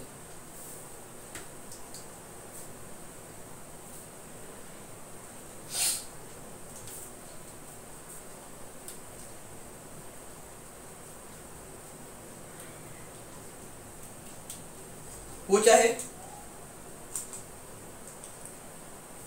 सवाल है टू एंड फ्रो मोशन के हवाले से। सबको बताया कि टू एंड फ्रो मोशन क्या होती है, ऑसिलेटरी मोशन, यानी एक मेन पोजीशन के अराउंड बॉडी मूव करती है, ठीक है, एक्सट्रीम पे जाए वापसी मीन पे आए, फिर दोबारा एक्सट्रीम पे जाए वापसी मीन पे आए, तो ये क्या है, टू एंड फ्रो मोशन। इसकी सबसे बेस्ट एग्जांपल क्या है, simple pendulum, it is the best example of vibratory और टू एंड फ्रो मोशन। अब वहां पर भी डिस्टेंस और डिस्प्लेसमेंट कवर हो रहा होता है, बहुत इंपॉर्टेंट एग्जांपल है। एग्जांपल क्या है हमारे पास,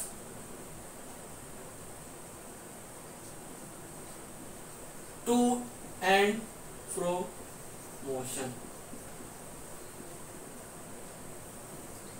अब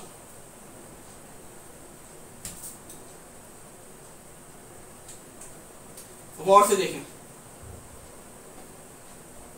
अगर टू एंड फ्रो मोशन की बात करूं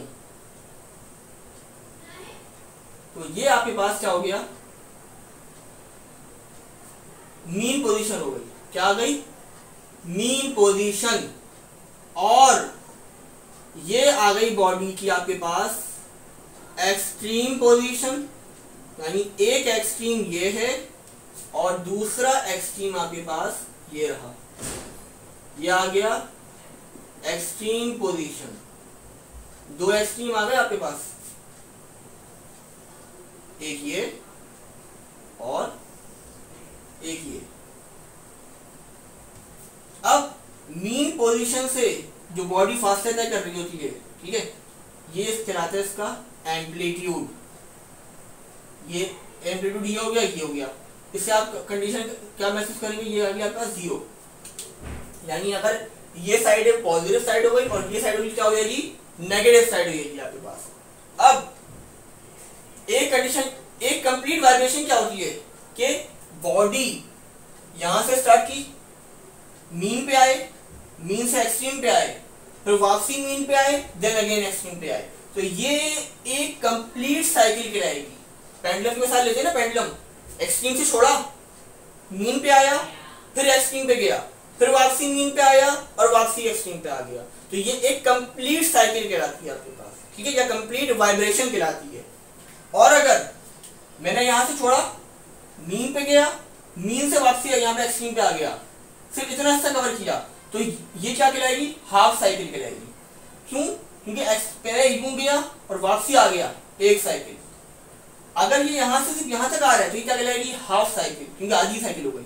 और अगर सिर्फ यहां से यहां तक आ रहा है तो ये क्या हो जाएगी, क्वार्टर साइकिल, यानी हाफ का भी हाफ हो गया। अब हमें तीनों केसेस में देखना है, कंप्लीट वाइब्रेशन में, हाफ वाइब्रेशन में और क्वार्टर वाइब्रेशन में, कि डिस्टेंस क्या होगा और डिस्प्लेसमेंट क्या होगा।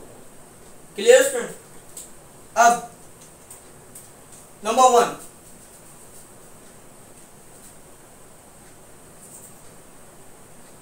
तीन कैटेगरी है हमारे पास।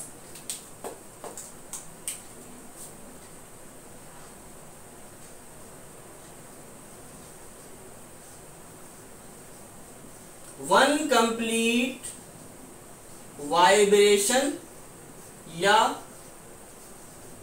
साइकिल, सही। देखिए सॉरी, इसको थोड़ा इस तरह करते हैं ताकि समझने में आसानी हो।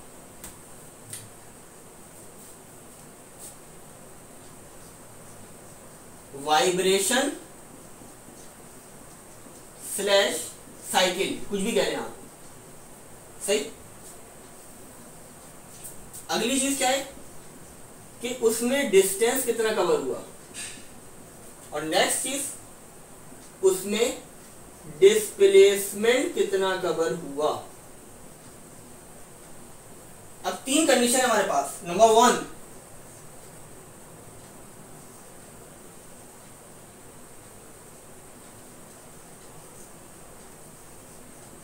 One complete vibrational cycle,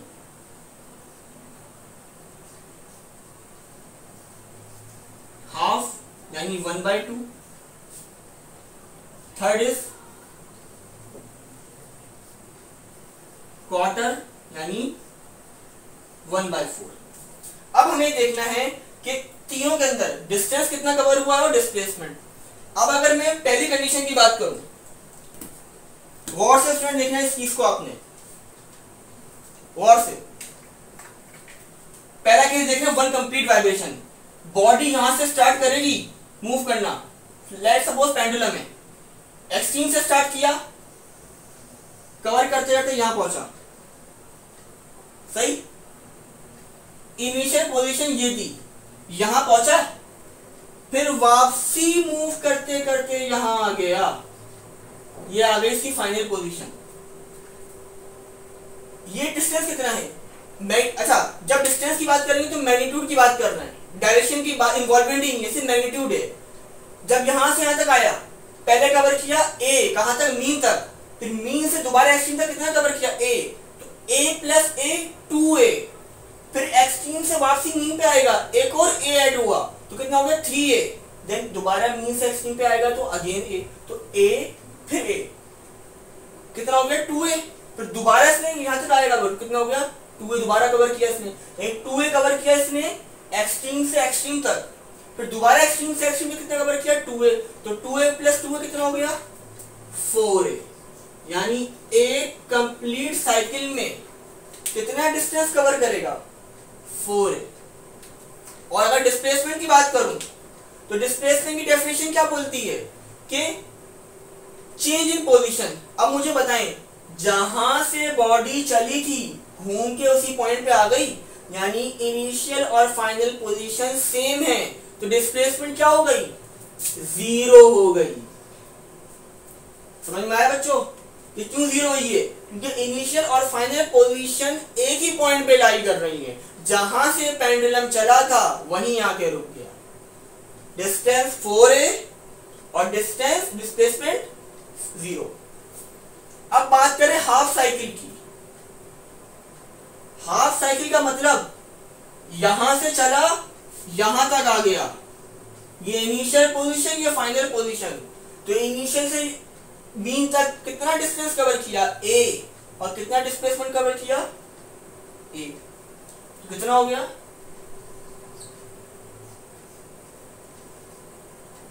2a। ये क्लियर है? डिस्टेंस की बात हो रही है। अच्छा, अब डिस्प्लेसमेंट का कॉन्सेप्ट समझना है आप लोगों ने। यहां बहुत से बच्चे एक मिस्टेक कर जाते हैं, ठीक है, यहां उसे समझना बहुत जरूरी है।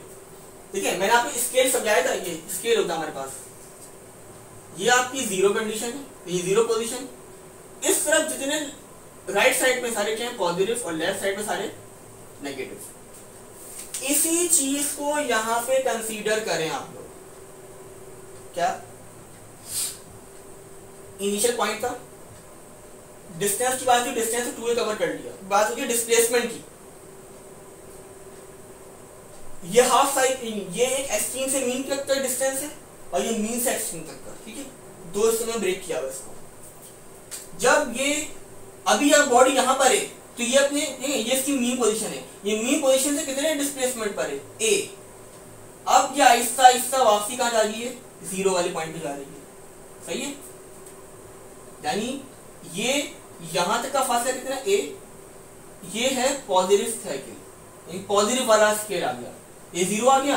अब ये 0 से ये 0 के करीब आ रही है, ठीक है, यानी पहले वैल्यू फॉर एग्जांपल 5 थी, 5 से कम होते होते होते होते क्या होगा? ये 0 हो गई, ठीक है। अब ये 0 से दूर जाना शुरू कर रही है, तो ये क्या होगी?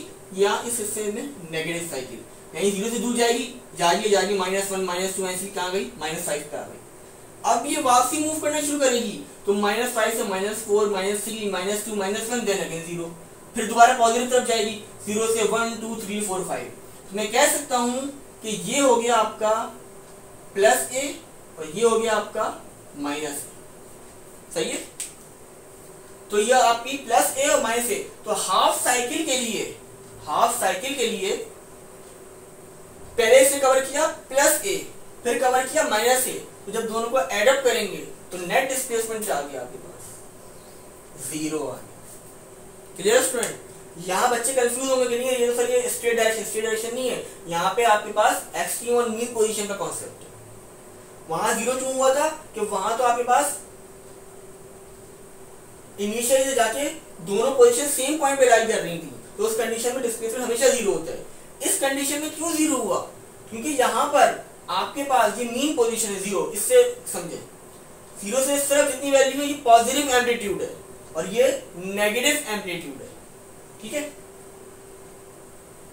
ये भी मैक्सिमम है, ये फॉर एग्जांपल ये 5 पे था, ये था 5 पे प्लस 5 पे, लेट्स सपोज 5 से कम होते होते क्या आ गया, 0 पे आ गया और 0 से वो घूम कर कहाँ चले जाएगा, -5 पे चले जाएगा।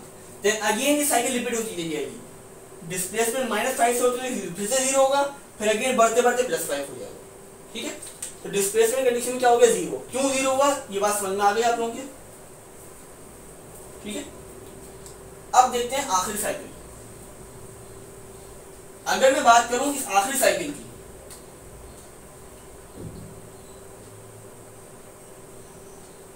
ये इसकी इनिशियल पोजीशन है, सही है। क्वार्टर साइकिल का मतलब क्या हुआ, ये हाफ साइकिल थी, हाफ साइकिल को मजीद हाफ कर दें, this initial position final position. अगर डिस्टेंस देखो मैग्नीट्यूड, डिस्टेंस कितना कवर किया बॉडी ने, a।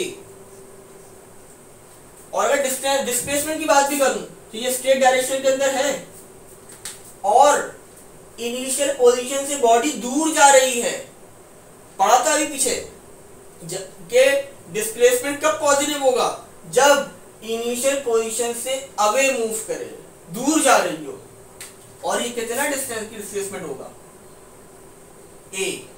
यानी ये वो वाहिद केस है क्वार्टर वाला जिसमें टू एंड फ्रो मोशन के लिए डिस्टेंस और डिस्प्लेसमेंट बराबर हो।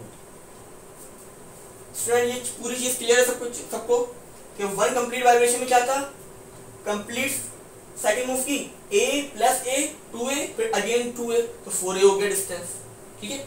हाफ साइकिल का डिस्टेंस क्या होगा कि यहां से यहां तक मूव किया तो a प्लस a 2a हो गया। क्वार्टर साइकिल का क्या हुआ, जस्ट यहां से यहां तक का डिस्टेंस फिर a हो गया, डिस्टेंसेस को याद है। डिस्प्लेसमेंट में क्या हुआ कि पूरी कंप्लीट साइकिल के लिए एक कंप्लीट रेवोल्यूशन थी, जहां से चली घूम के वापसी वहीं आ गई, इनिशियल फाइनल पॉइंट एक ही पॉइंट पे लाई कर रहे हैं, तो डिस्प्लेसमेंट 0 हो गया। हाफ साइकिल में क्या हुआ कि भाई ये पार्ट था, ये प्लस a था एम्पलीट्यूड, और इस तरफ जो होता है वो नेगेटिव a होता है, माइनस एम्पलीट्यूड होता है, तो प्लस एम्पलीट्यूड और minus amplitude, plus a minus a, net displacement क्या हो गया, 0 हो गया बॉडी। और क्वार्टर के अंदर क्या हुआ कि बॉडी इनिशियल से फाइनल पॉइंट पे आई, इस पोजीशन में जो डिस्टेंस कवर किया था वो क्या था, a था, और फाइनल जो डिस्प्लेसमेंट होगा वो भी क्या होगा, a होगा, क्योंकि इनिशियल और फाइनल पोजीशन तक का जो फासला तय कर रही है बॉडी वो कितना कर रही है, a। और पॉजिटिव क्यों होगा, क्योंकि इनिशियल पॉइंट से दूर जा रही है।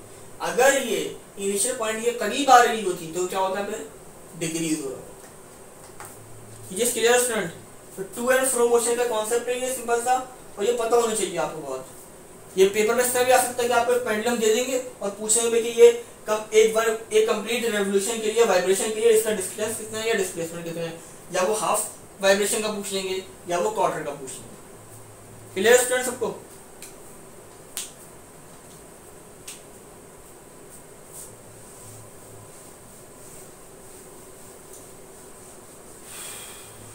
अब हम जो एग्जाम्पल करने जा रहे हैं बहुत इंपॉर्टेंट एग्जाम्पल है। क्योंकि इससे पास पेपर में सवाल आ चुका है। डिस्टेंस और डिस्प्लेसमेंट को ही देखेंगे, लेकिन वहां पर एक नई एग्जाम्पल है। क्या एग्जाम्पल है वो,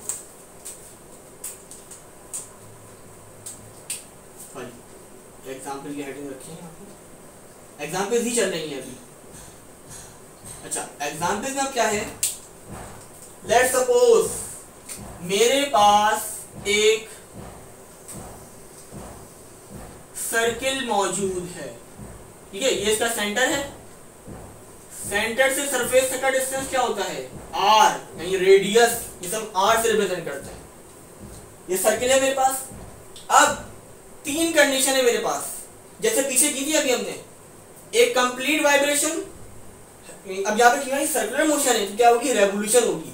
एक कंप्लीट रेवोल्यूशन देखेंगे, फिर हाफ रेवोल्यूशन देखेंगे, फिर क्वार्टर रेवोल्यूशन देखेंगे। तीनों कंडीशन में डिस्टेंस और डिस्प्लेसमेंट को हम डिस्कस करेंगे और यहाँ पे चार्ट में हम डिस्कस करेंगे कि फाइनलाइज क्या हमारे पास आंसर आ जाए। वो पहले हम डिस्कस करते हैं, मैं चार्ट की फॉर्म में आखिर में बना के दिखा दूंगा ताकि वो चीज आप याद रख सकें। ठीक है, ये चीज डिस्कस कर लेंगे पेपर में, आपको सॉल्व करने की जरूरत ही नहीं पड़ेगी। अगर एक बार आपने चीज कॉन्सेप्ट समझ लिया तो वो चीज याद रहेगी आपको कि इस केस में क्या डिस्टेंस होगा, डिस्प्लेसमेंट क्या होगा, उस केस में क्या होगा, हर चीज याद होगी अगर आपने कॉन्सेप्ट अपना समझ के यहाँ पे समझ लिया इसको अच्छी तरीके से। पहले इंडिविजुअल में ब्रेक कर करके समझा रहा हूँ पहले, फिर हम इसको एक चार्ट की फॉर्म में हम ड्रॉ कर लेंगे। नंबर 1, पहला जो मैं डिस्कस कर रहा हूं क्या है, number 1, one complete vibration revolution, क्योंकि सर्कुलर मोशन है तो एक रेवोल्यूशन है ये। ठीक है, वन कंप्लीट रेवोल्यूशन यानी ये पॉइंट था, let's suppose initial point, body ने यहां से मूव करना शुरू किया और वापसी घूम के यहां आ गई। अब कह रहे हैं बताएं डिस्टेंस क्या है, डिस्प्लेसमेंट क्या है बॉडी का। सही, अब यह है सर्कुलर मोशन, वो डिस्टेंस ये क्या कहलाता है, ये कहलाता है सर्कमफेरेंस ऑफ अ सर्किल। क्या चीज है, circumference of a circle. Circumference of a circle का जो फॉर्मूला होता है,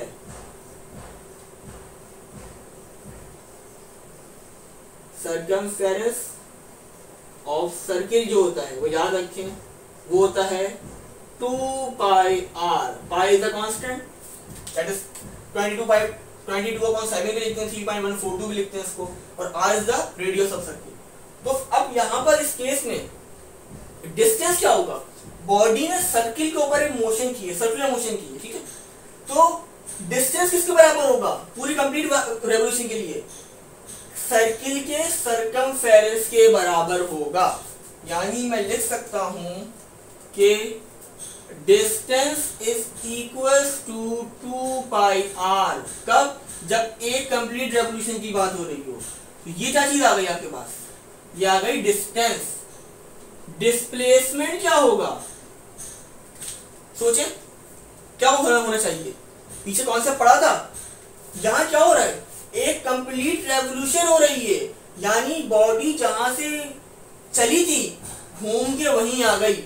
यानी इस केस में इनिशियल और फाइनल पोजीशन एक ही है, तो डिस्प्लेसमेंट क्या होगा, 0 होगा। सही है, ये याद आ गया क्यों 0 होगा, क्योंकि दोनों पोजीशन क्या है, सेम है आपके पास। तो डिस्टेंस हो गया सर्कमफेरेंस के बराबर, दैट इज 2 पाई आर, और डिस्प्लेसमेंट क्या हो गया, 0। किस केस में, जब वन कंप्लीट रेवोल्यूशन की बात कर रहे हैं। ठीक है स्टूडेंट, आगे बढ़ते हैं।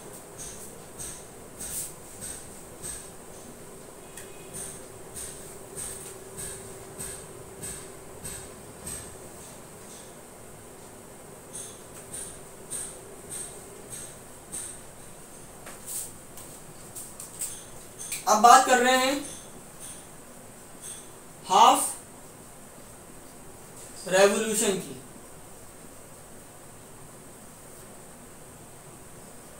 अच्छा, सर्कमफेरेंस ऑफ सर्किल क्या था हमारे पास,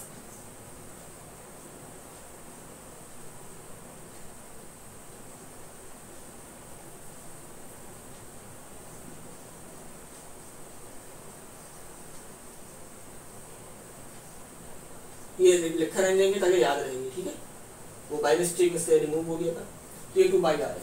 अच्छा, अब क्या है हाफ रेवोल्यूशन का मतलब क्या हुआ, ये इनिशियल पॉइंट था, बॉडी चली और चल के इसने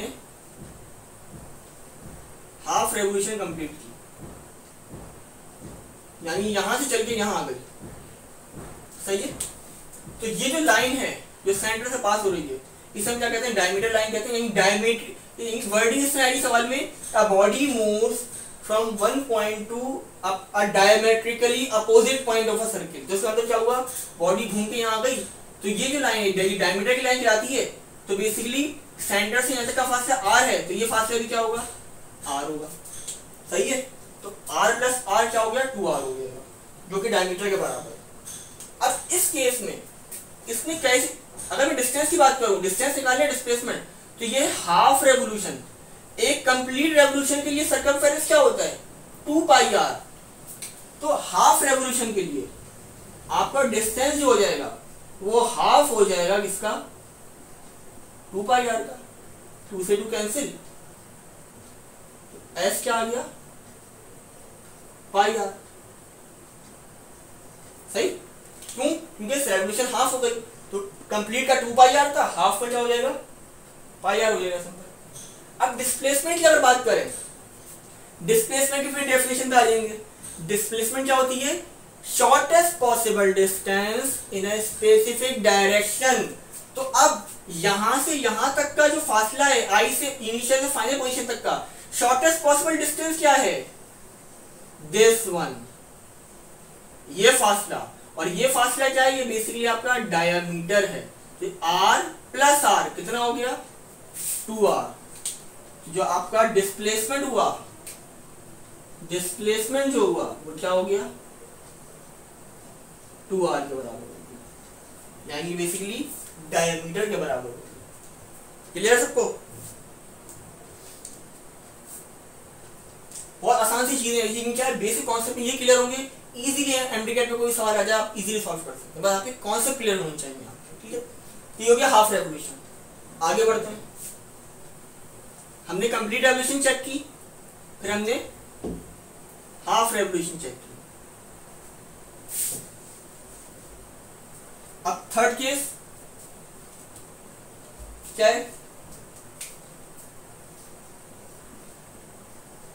क्वार्टर रेवोल्यूशन, यानी 1/4। तो क्वार्टर क्या हो गया, सर्किल है, ये इसका सेंटर पॉइंट है। तो मैं ड्रॉ करूंगा अगर इसको, तो ये अगर मैं इसको ड्रॉ करूं तो 4 हिस्से बन जाएंगे। इस 4 में खाली मैं इस एक हिस्से की बात कर रहा हूं।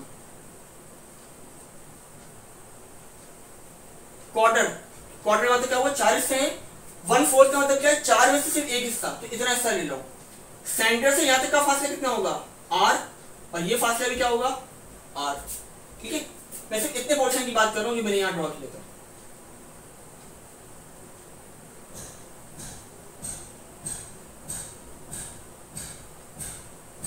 अब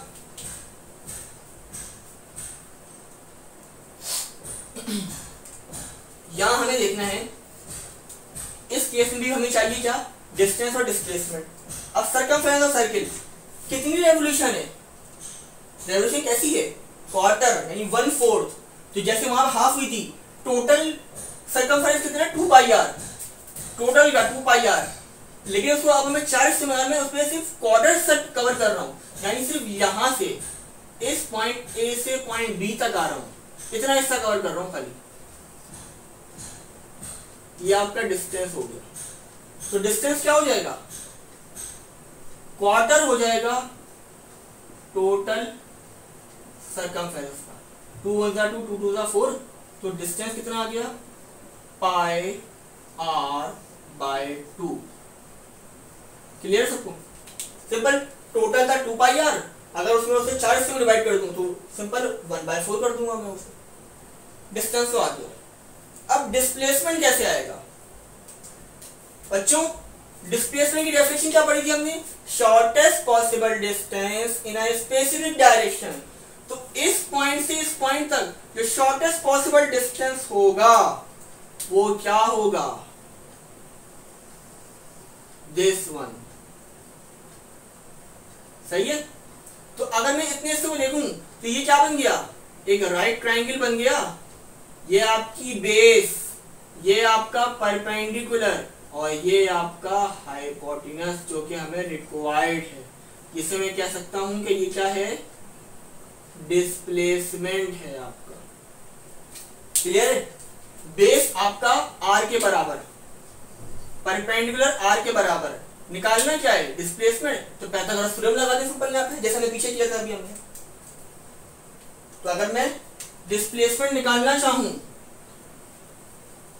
सिंपल क्या करूंगा, पाइथागोरस थ्योरम, डिस्प्लेसमेंट का स्क्वायर इक्वल्स टू, या अगर मैं डायरेक्टली लगाऊं ये डिस्प्लेसमेंट क्या होता है, ये क्या है हाइपोटेन्यूज, परपेंडिकुलर कितना है मेरे पास, आर का स्क्वायर फिर प्लस बेस का स्क्वायर, क्या हो गया 2r स्क्वायर।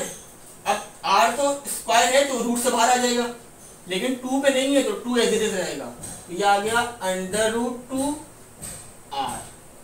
ये आ गया आपका डिस्प्लेसमेंट, किस केस में, अगर क्वार्टर रेवोल्यूशन में। स्टूडेंट्स ये चीज क्लियर है आप लोगों को, ठीक है। बहुत सिंपल सा कॉन्सेप्ट था, हमने 3 चीजें देखी, कंप्लीट रेवोल्यूशन, हाफ रेवोल्यूशन और उसके बाद क्वार्टर रेवोल्यूशन।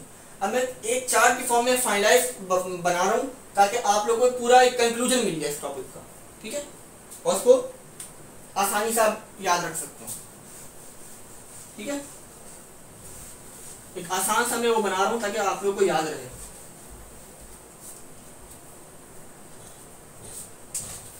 एक बॉडी है जो सर्किल में मूव कर रही है, ठीक है, ये इसका रेडियस, ठीक है, और ये सर्किल में मूव कर रही है।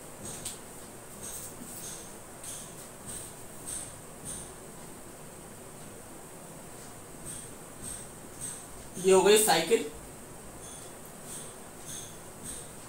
उसके बाद डिस्टेंस और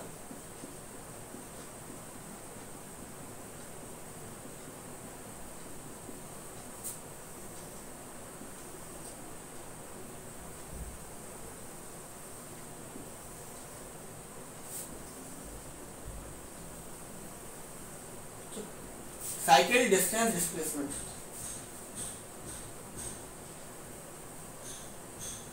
साइकिल कैसी थी,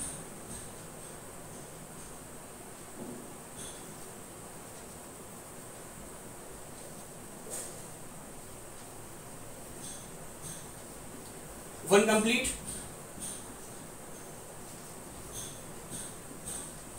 हाफ,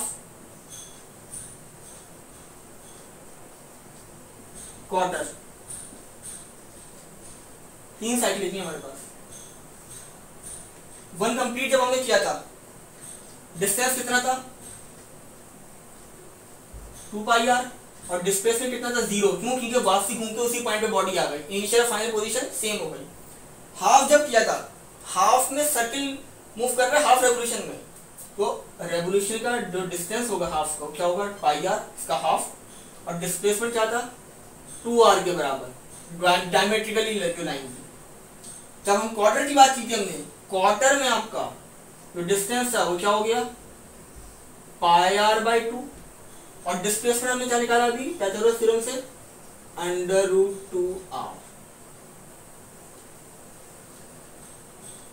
ये आपका एक कंक्लूडिंग पॉइंट निकल गया कि सर्कुलर मोशन में अगर बॉडी मूव करे तो वन कंप्लीट साइकिल के लिए डिस्टेंस डिस्प्लेसमेंट क्या होगा, हाफ के लिए क्या होगा और क्वार्टर के लिए क्या होगा।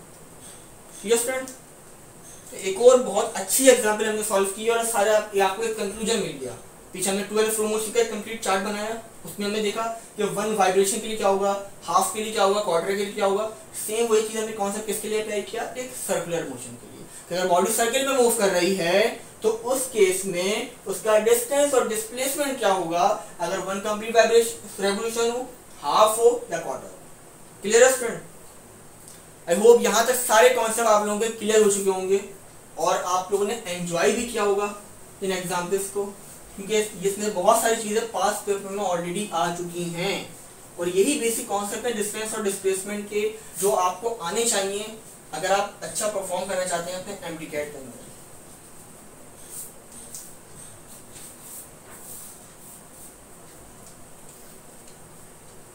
आई होप आप सबने एंजॉय किया हो आज का लेक्चर और काफी कुछ सीखने को मिला। अच्छा, कुछ चीजें, कुछ एग्जाम्पल हम देख लेते हैं ताकि, और मैं चाह रहा हूँ एक तो थोड़ा सा आपके कॉन्सेप्ट क्लियर हो जाए।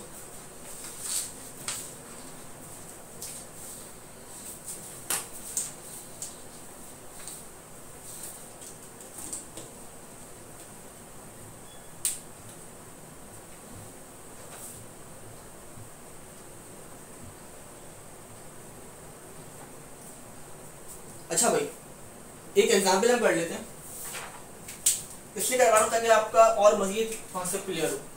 एक सवाल है, उसमें कह रहे हैं कि भाई कि एक बॉय है जो कि 50 मीटर्स ईस्ट की तरफ मूव कर रहा है। एक और एग्जाम्पल कर लेते हैं।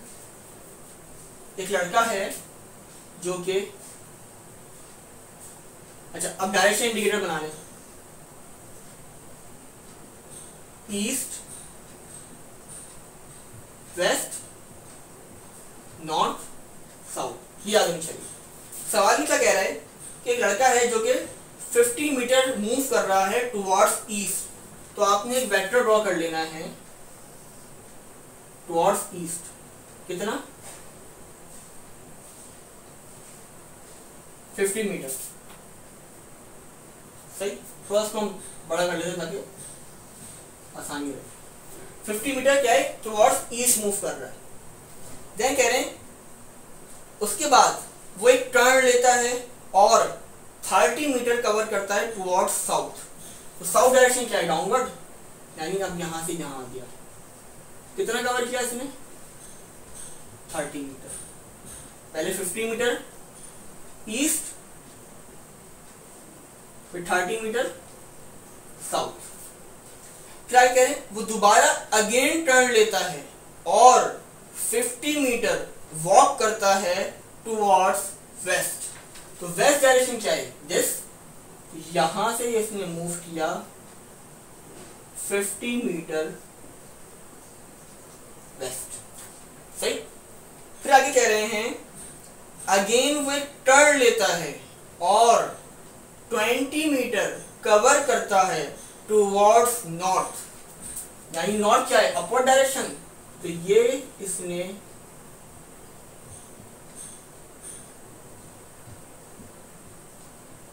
ट्वेंटी मीटर कवर किए टुवर्ड्स नॉर्थ। ये इनिशियल पोजीशन, ये इसकी फाइनल पोजीशन। सही। अब कह रहे बताएं how far is he from his original position, यानी ये पूछा जा रहा है बताएं कि वो अपनी ओरिजिनल पोजीशन से कितना दूर है, यानी चेंज इन पोजीशन की बात की जा रही है यहाँ पे कि अपनी ओरिजिनल पोजीशन से कितना दूर मौजूद है वो। यानी यहाँ पे हमसे ये नहीं कहा गया कि बताएं इसमें कितना, यानी यहाँ पे क्या बात हो रही है, डिस्प्लेसमेंट की बात हो रही है। यानी ये देखना चाह रहे हैं वो कि अपनी ओरिजिनल पोजीशन से वो कितना दूर मौजूद है। कि चेंज इन पोजीशन की बात हो रही है, साथ यहाँ पे क्या निकाल रहे हैं, डिस्प्लेसमेंट को देखना है हमें। अब अगर मैं नेट डिस्प्लेसमेंट का कॉन्सेप्ट अप्लाई करूं तो डिस्प्लेसमेंट निकालना है हमें कि वो इनिशियल से कितना दूर है मौजूद है। तो सिंपल फॉर्मूला, वेक्टर सम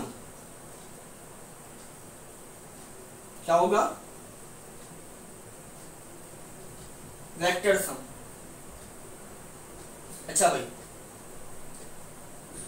या देखिए इसको करने के बहुत सारे मेथड हैं, मेथड बहुत सारे हैं, आप कोई भी मेथड अप्लाई कर सकते हैं। इसको भी हम डिस्कस करते हैं।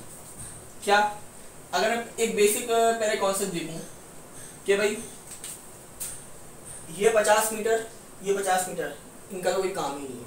हमें देखना है कि वो इस पोजीशन से इस पोजीशन में कितना फर्क है, कि कितना दूर दूर मौजूद है, ये कितना फासला है।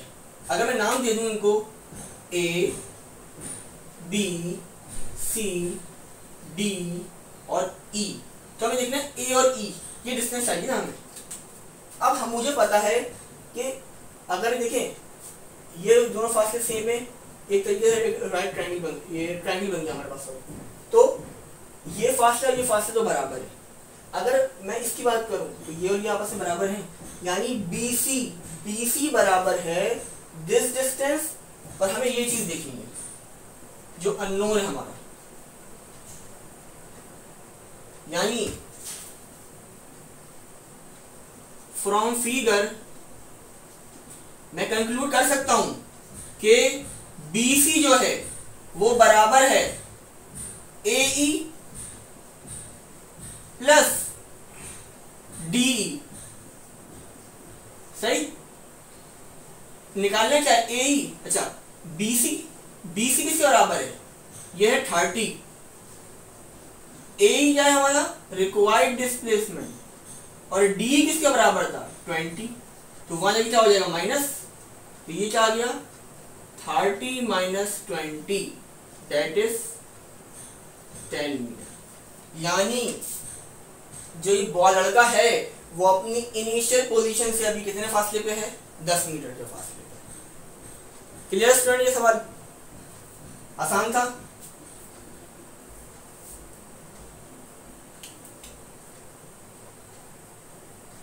ठीक है, करने के बहुत सारे मेथड है आपके पास, आपको देखिए डायग्राम आपके सामने मौजूद है, आप भी सिंपल ये करने चाहते हैं इस तरह के सवाल में आपसे। आप मैंने डायरेक्शन इंडिकेटर समझाते हुए बताया था कि देखिए आपको ये डायरेक्शन इंडिकेटर याद है ना, अगर तो मुश्किल से मुश्किल सवाल भी आप आसानी से हल कर सकते हैं। कैसे, सिंपल, जो भी मैंने क्या किया, मैंने आपके सामने सॉल्व किया, मैंने सवाल की दी गई वर्डिंग को पिक्चर में कन्वर्ट किया, मैंने डायग्राम में कन्वर्ट किया। जैसे जैसे उन्होंने बोला भाई कि लड़का था उसने 50 मीटर कवर किया टुवर्ड्स ईस्ट, मैंने एक वेक्टर बना दिया ईस्ट की तरफ 50 मीटर का।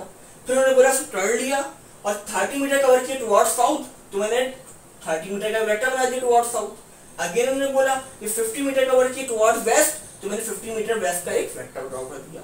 फिर फाइनली उन्होंने बोला कि उसने एक आखिरी डिस्टेंस कवर किया है जो दैट इज क्या है 20 मीटर टुवर्ड्स नॉर्थ, तो 20 मीटर टुवर्ड्स नॉर्थ का मैंने वेक्टर ड्रॉ कर दिया। अब उन्होंने पूछा कि ये फासला अपने इनिशियल पोजीशन से कितना दूर है, तो मुझे साफ पता चल रहा है कि ये जो डिस्टेंस है वो बराबर है, वो भी इसके बराबर होगा, तो this plus this equals to this, वही हमने यहाँ पे फिगर से ड्रॉ कर लिया। क्लियर स्टूडेंट सबको?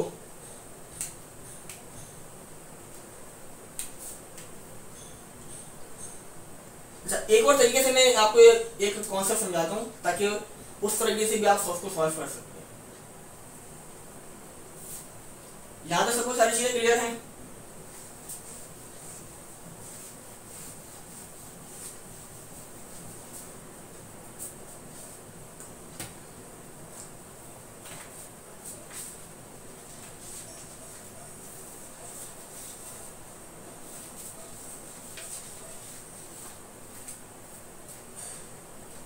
अच्छा भाई,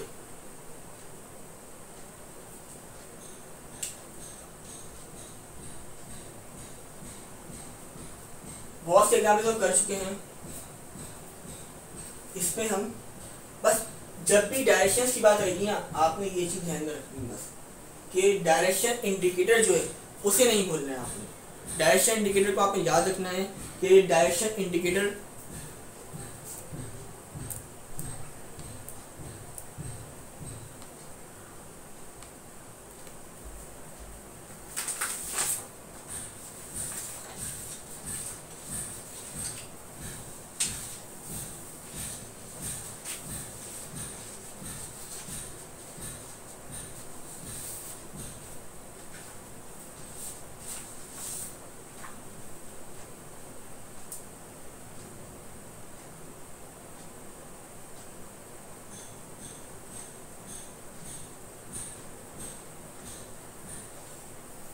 अच्छा, एक और हम सवाल कर लेते हैं ताकि आपको कौन से जो आपको मसले आ रहे हैं वो कवर हो सके।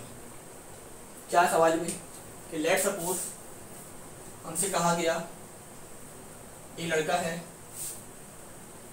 उसने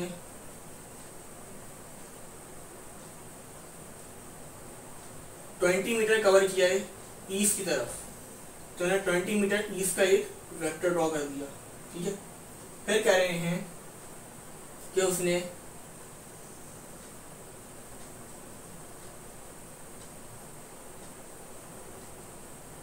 इसको इस तरह कर लिया। हमसे कहा गया कि 10 मीटर उसने कवर किया ईस्ट की तरफ, देन अगेन 10 मीटर कवर किया उसने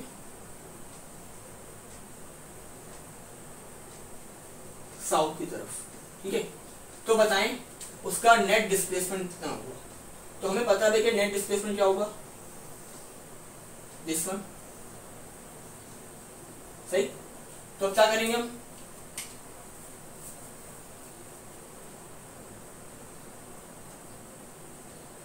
यहां से पता लगा लेंगे पाइथागोरस थ्योरम। तो पाइथागोरस थ्योरम लगाएंगे क्या बन जाएगा हमारे पास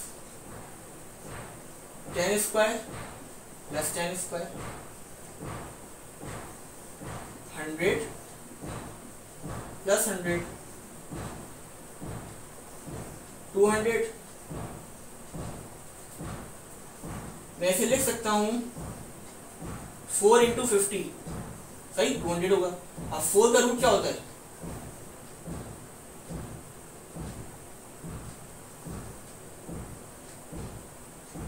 या इसे हम एक और तरीके से भी कर सकते हैं।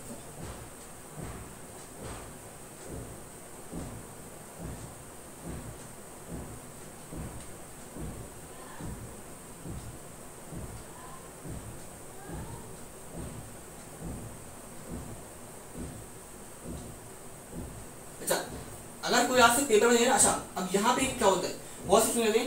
एक तो आंसर आपका ये भी आ गया, यानी 200 तक, ठीक है, ये भी आपका आंसर सही है। अच्छा, आपने फैसला करना था। अच्छा, बहुत से पूछा था हम कहाँ से सॉल्व करें, हमें कैसे पता चलेगा, ये फैक्टर करके बाहर भी निकालना है।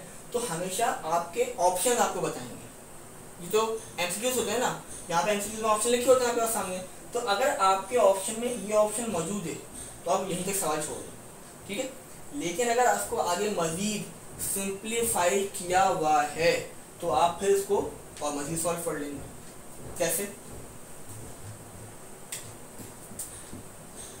आप इसे कर सकते हैं 100 इंटू 200 होगा। 100 का क्या होता है, रूट 10, ये आंसर आ गया 10 और अंडर रूट 2। आप देखें, अगर आपके ऑप्शन में यहां तक गिवन हो तो आप इसको टिक कर लेंगे, लेकिन अगर ऑप्शन में ये ना आ रहा होगा नजर, इस तरह नहीं होगा, तो फिर आपको फैक्टर बना के इस तरह से बाहर निकालना पड़ेगा। तो कितने स्टेप तक सॉल्व करना है इसका अंदाजा आप अपने ऑप्शन से करेंगे। आपको जैसे ऑप्शन गिवन होंगे उस हिसाब से आप सोल्यूशन करेंगे।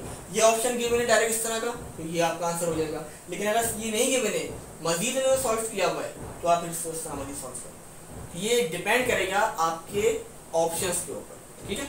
हर सवाल के लिए ये चीज याद रखें कि आपके हमेशा ऑप्शंस को देखेंगे। आपके ऑप्शन, फॉर एग्जांपल कभी कोई चीज कन्वर्ट करनी पड़ती है, फॉर एग्जांपल एक चीज थी 4c, वो न्यूटन में सिंपल, लेकिन आंसर गिवन किलो न्यूटन में, तो वो आपको वहाँ फैक्टर बनाना पड़ेगा, आपको वहाँ पे उसको किलो में कन्वर्ट करना पड़ेगा आखिरी स्टेप के अंदर।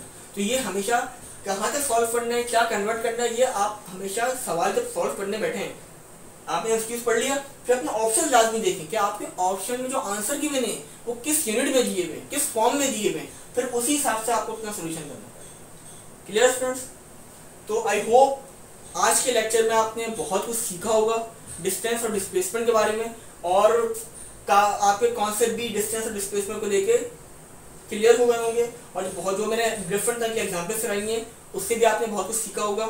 और अब एमडीगेट में कोई भी आपका सवाल आ जाए तो आप इन कॉन्सेप्ट को इजीली उस पर अप्लाई कर सकते हैं, ठीक है।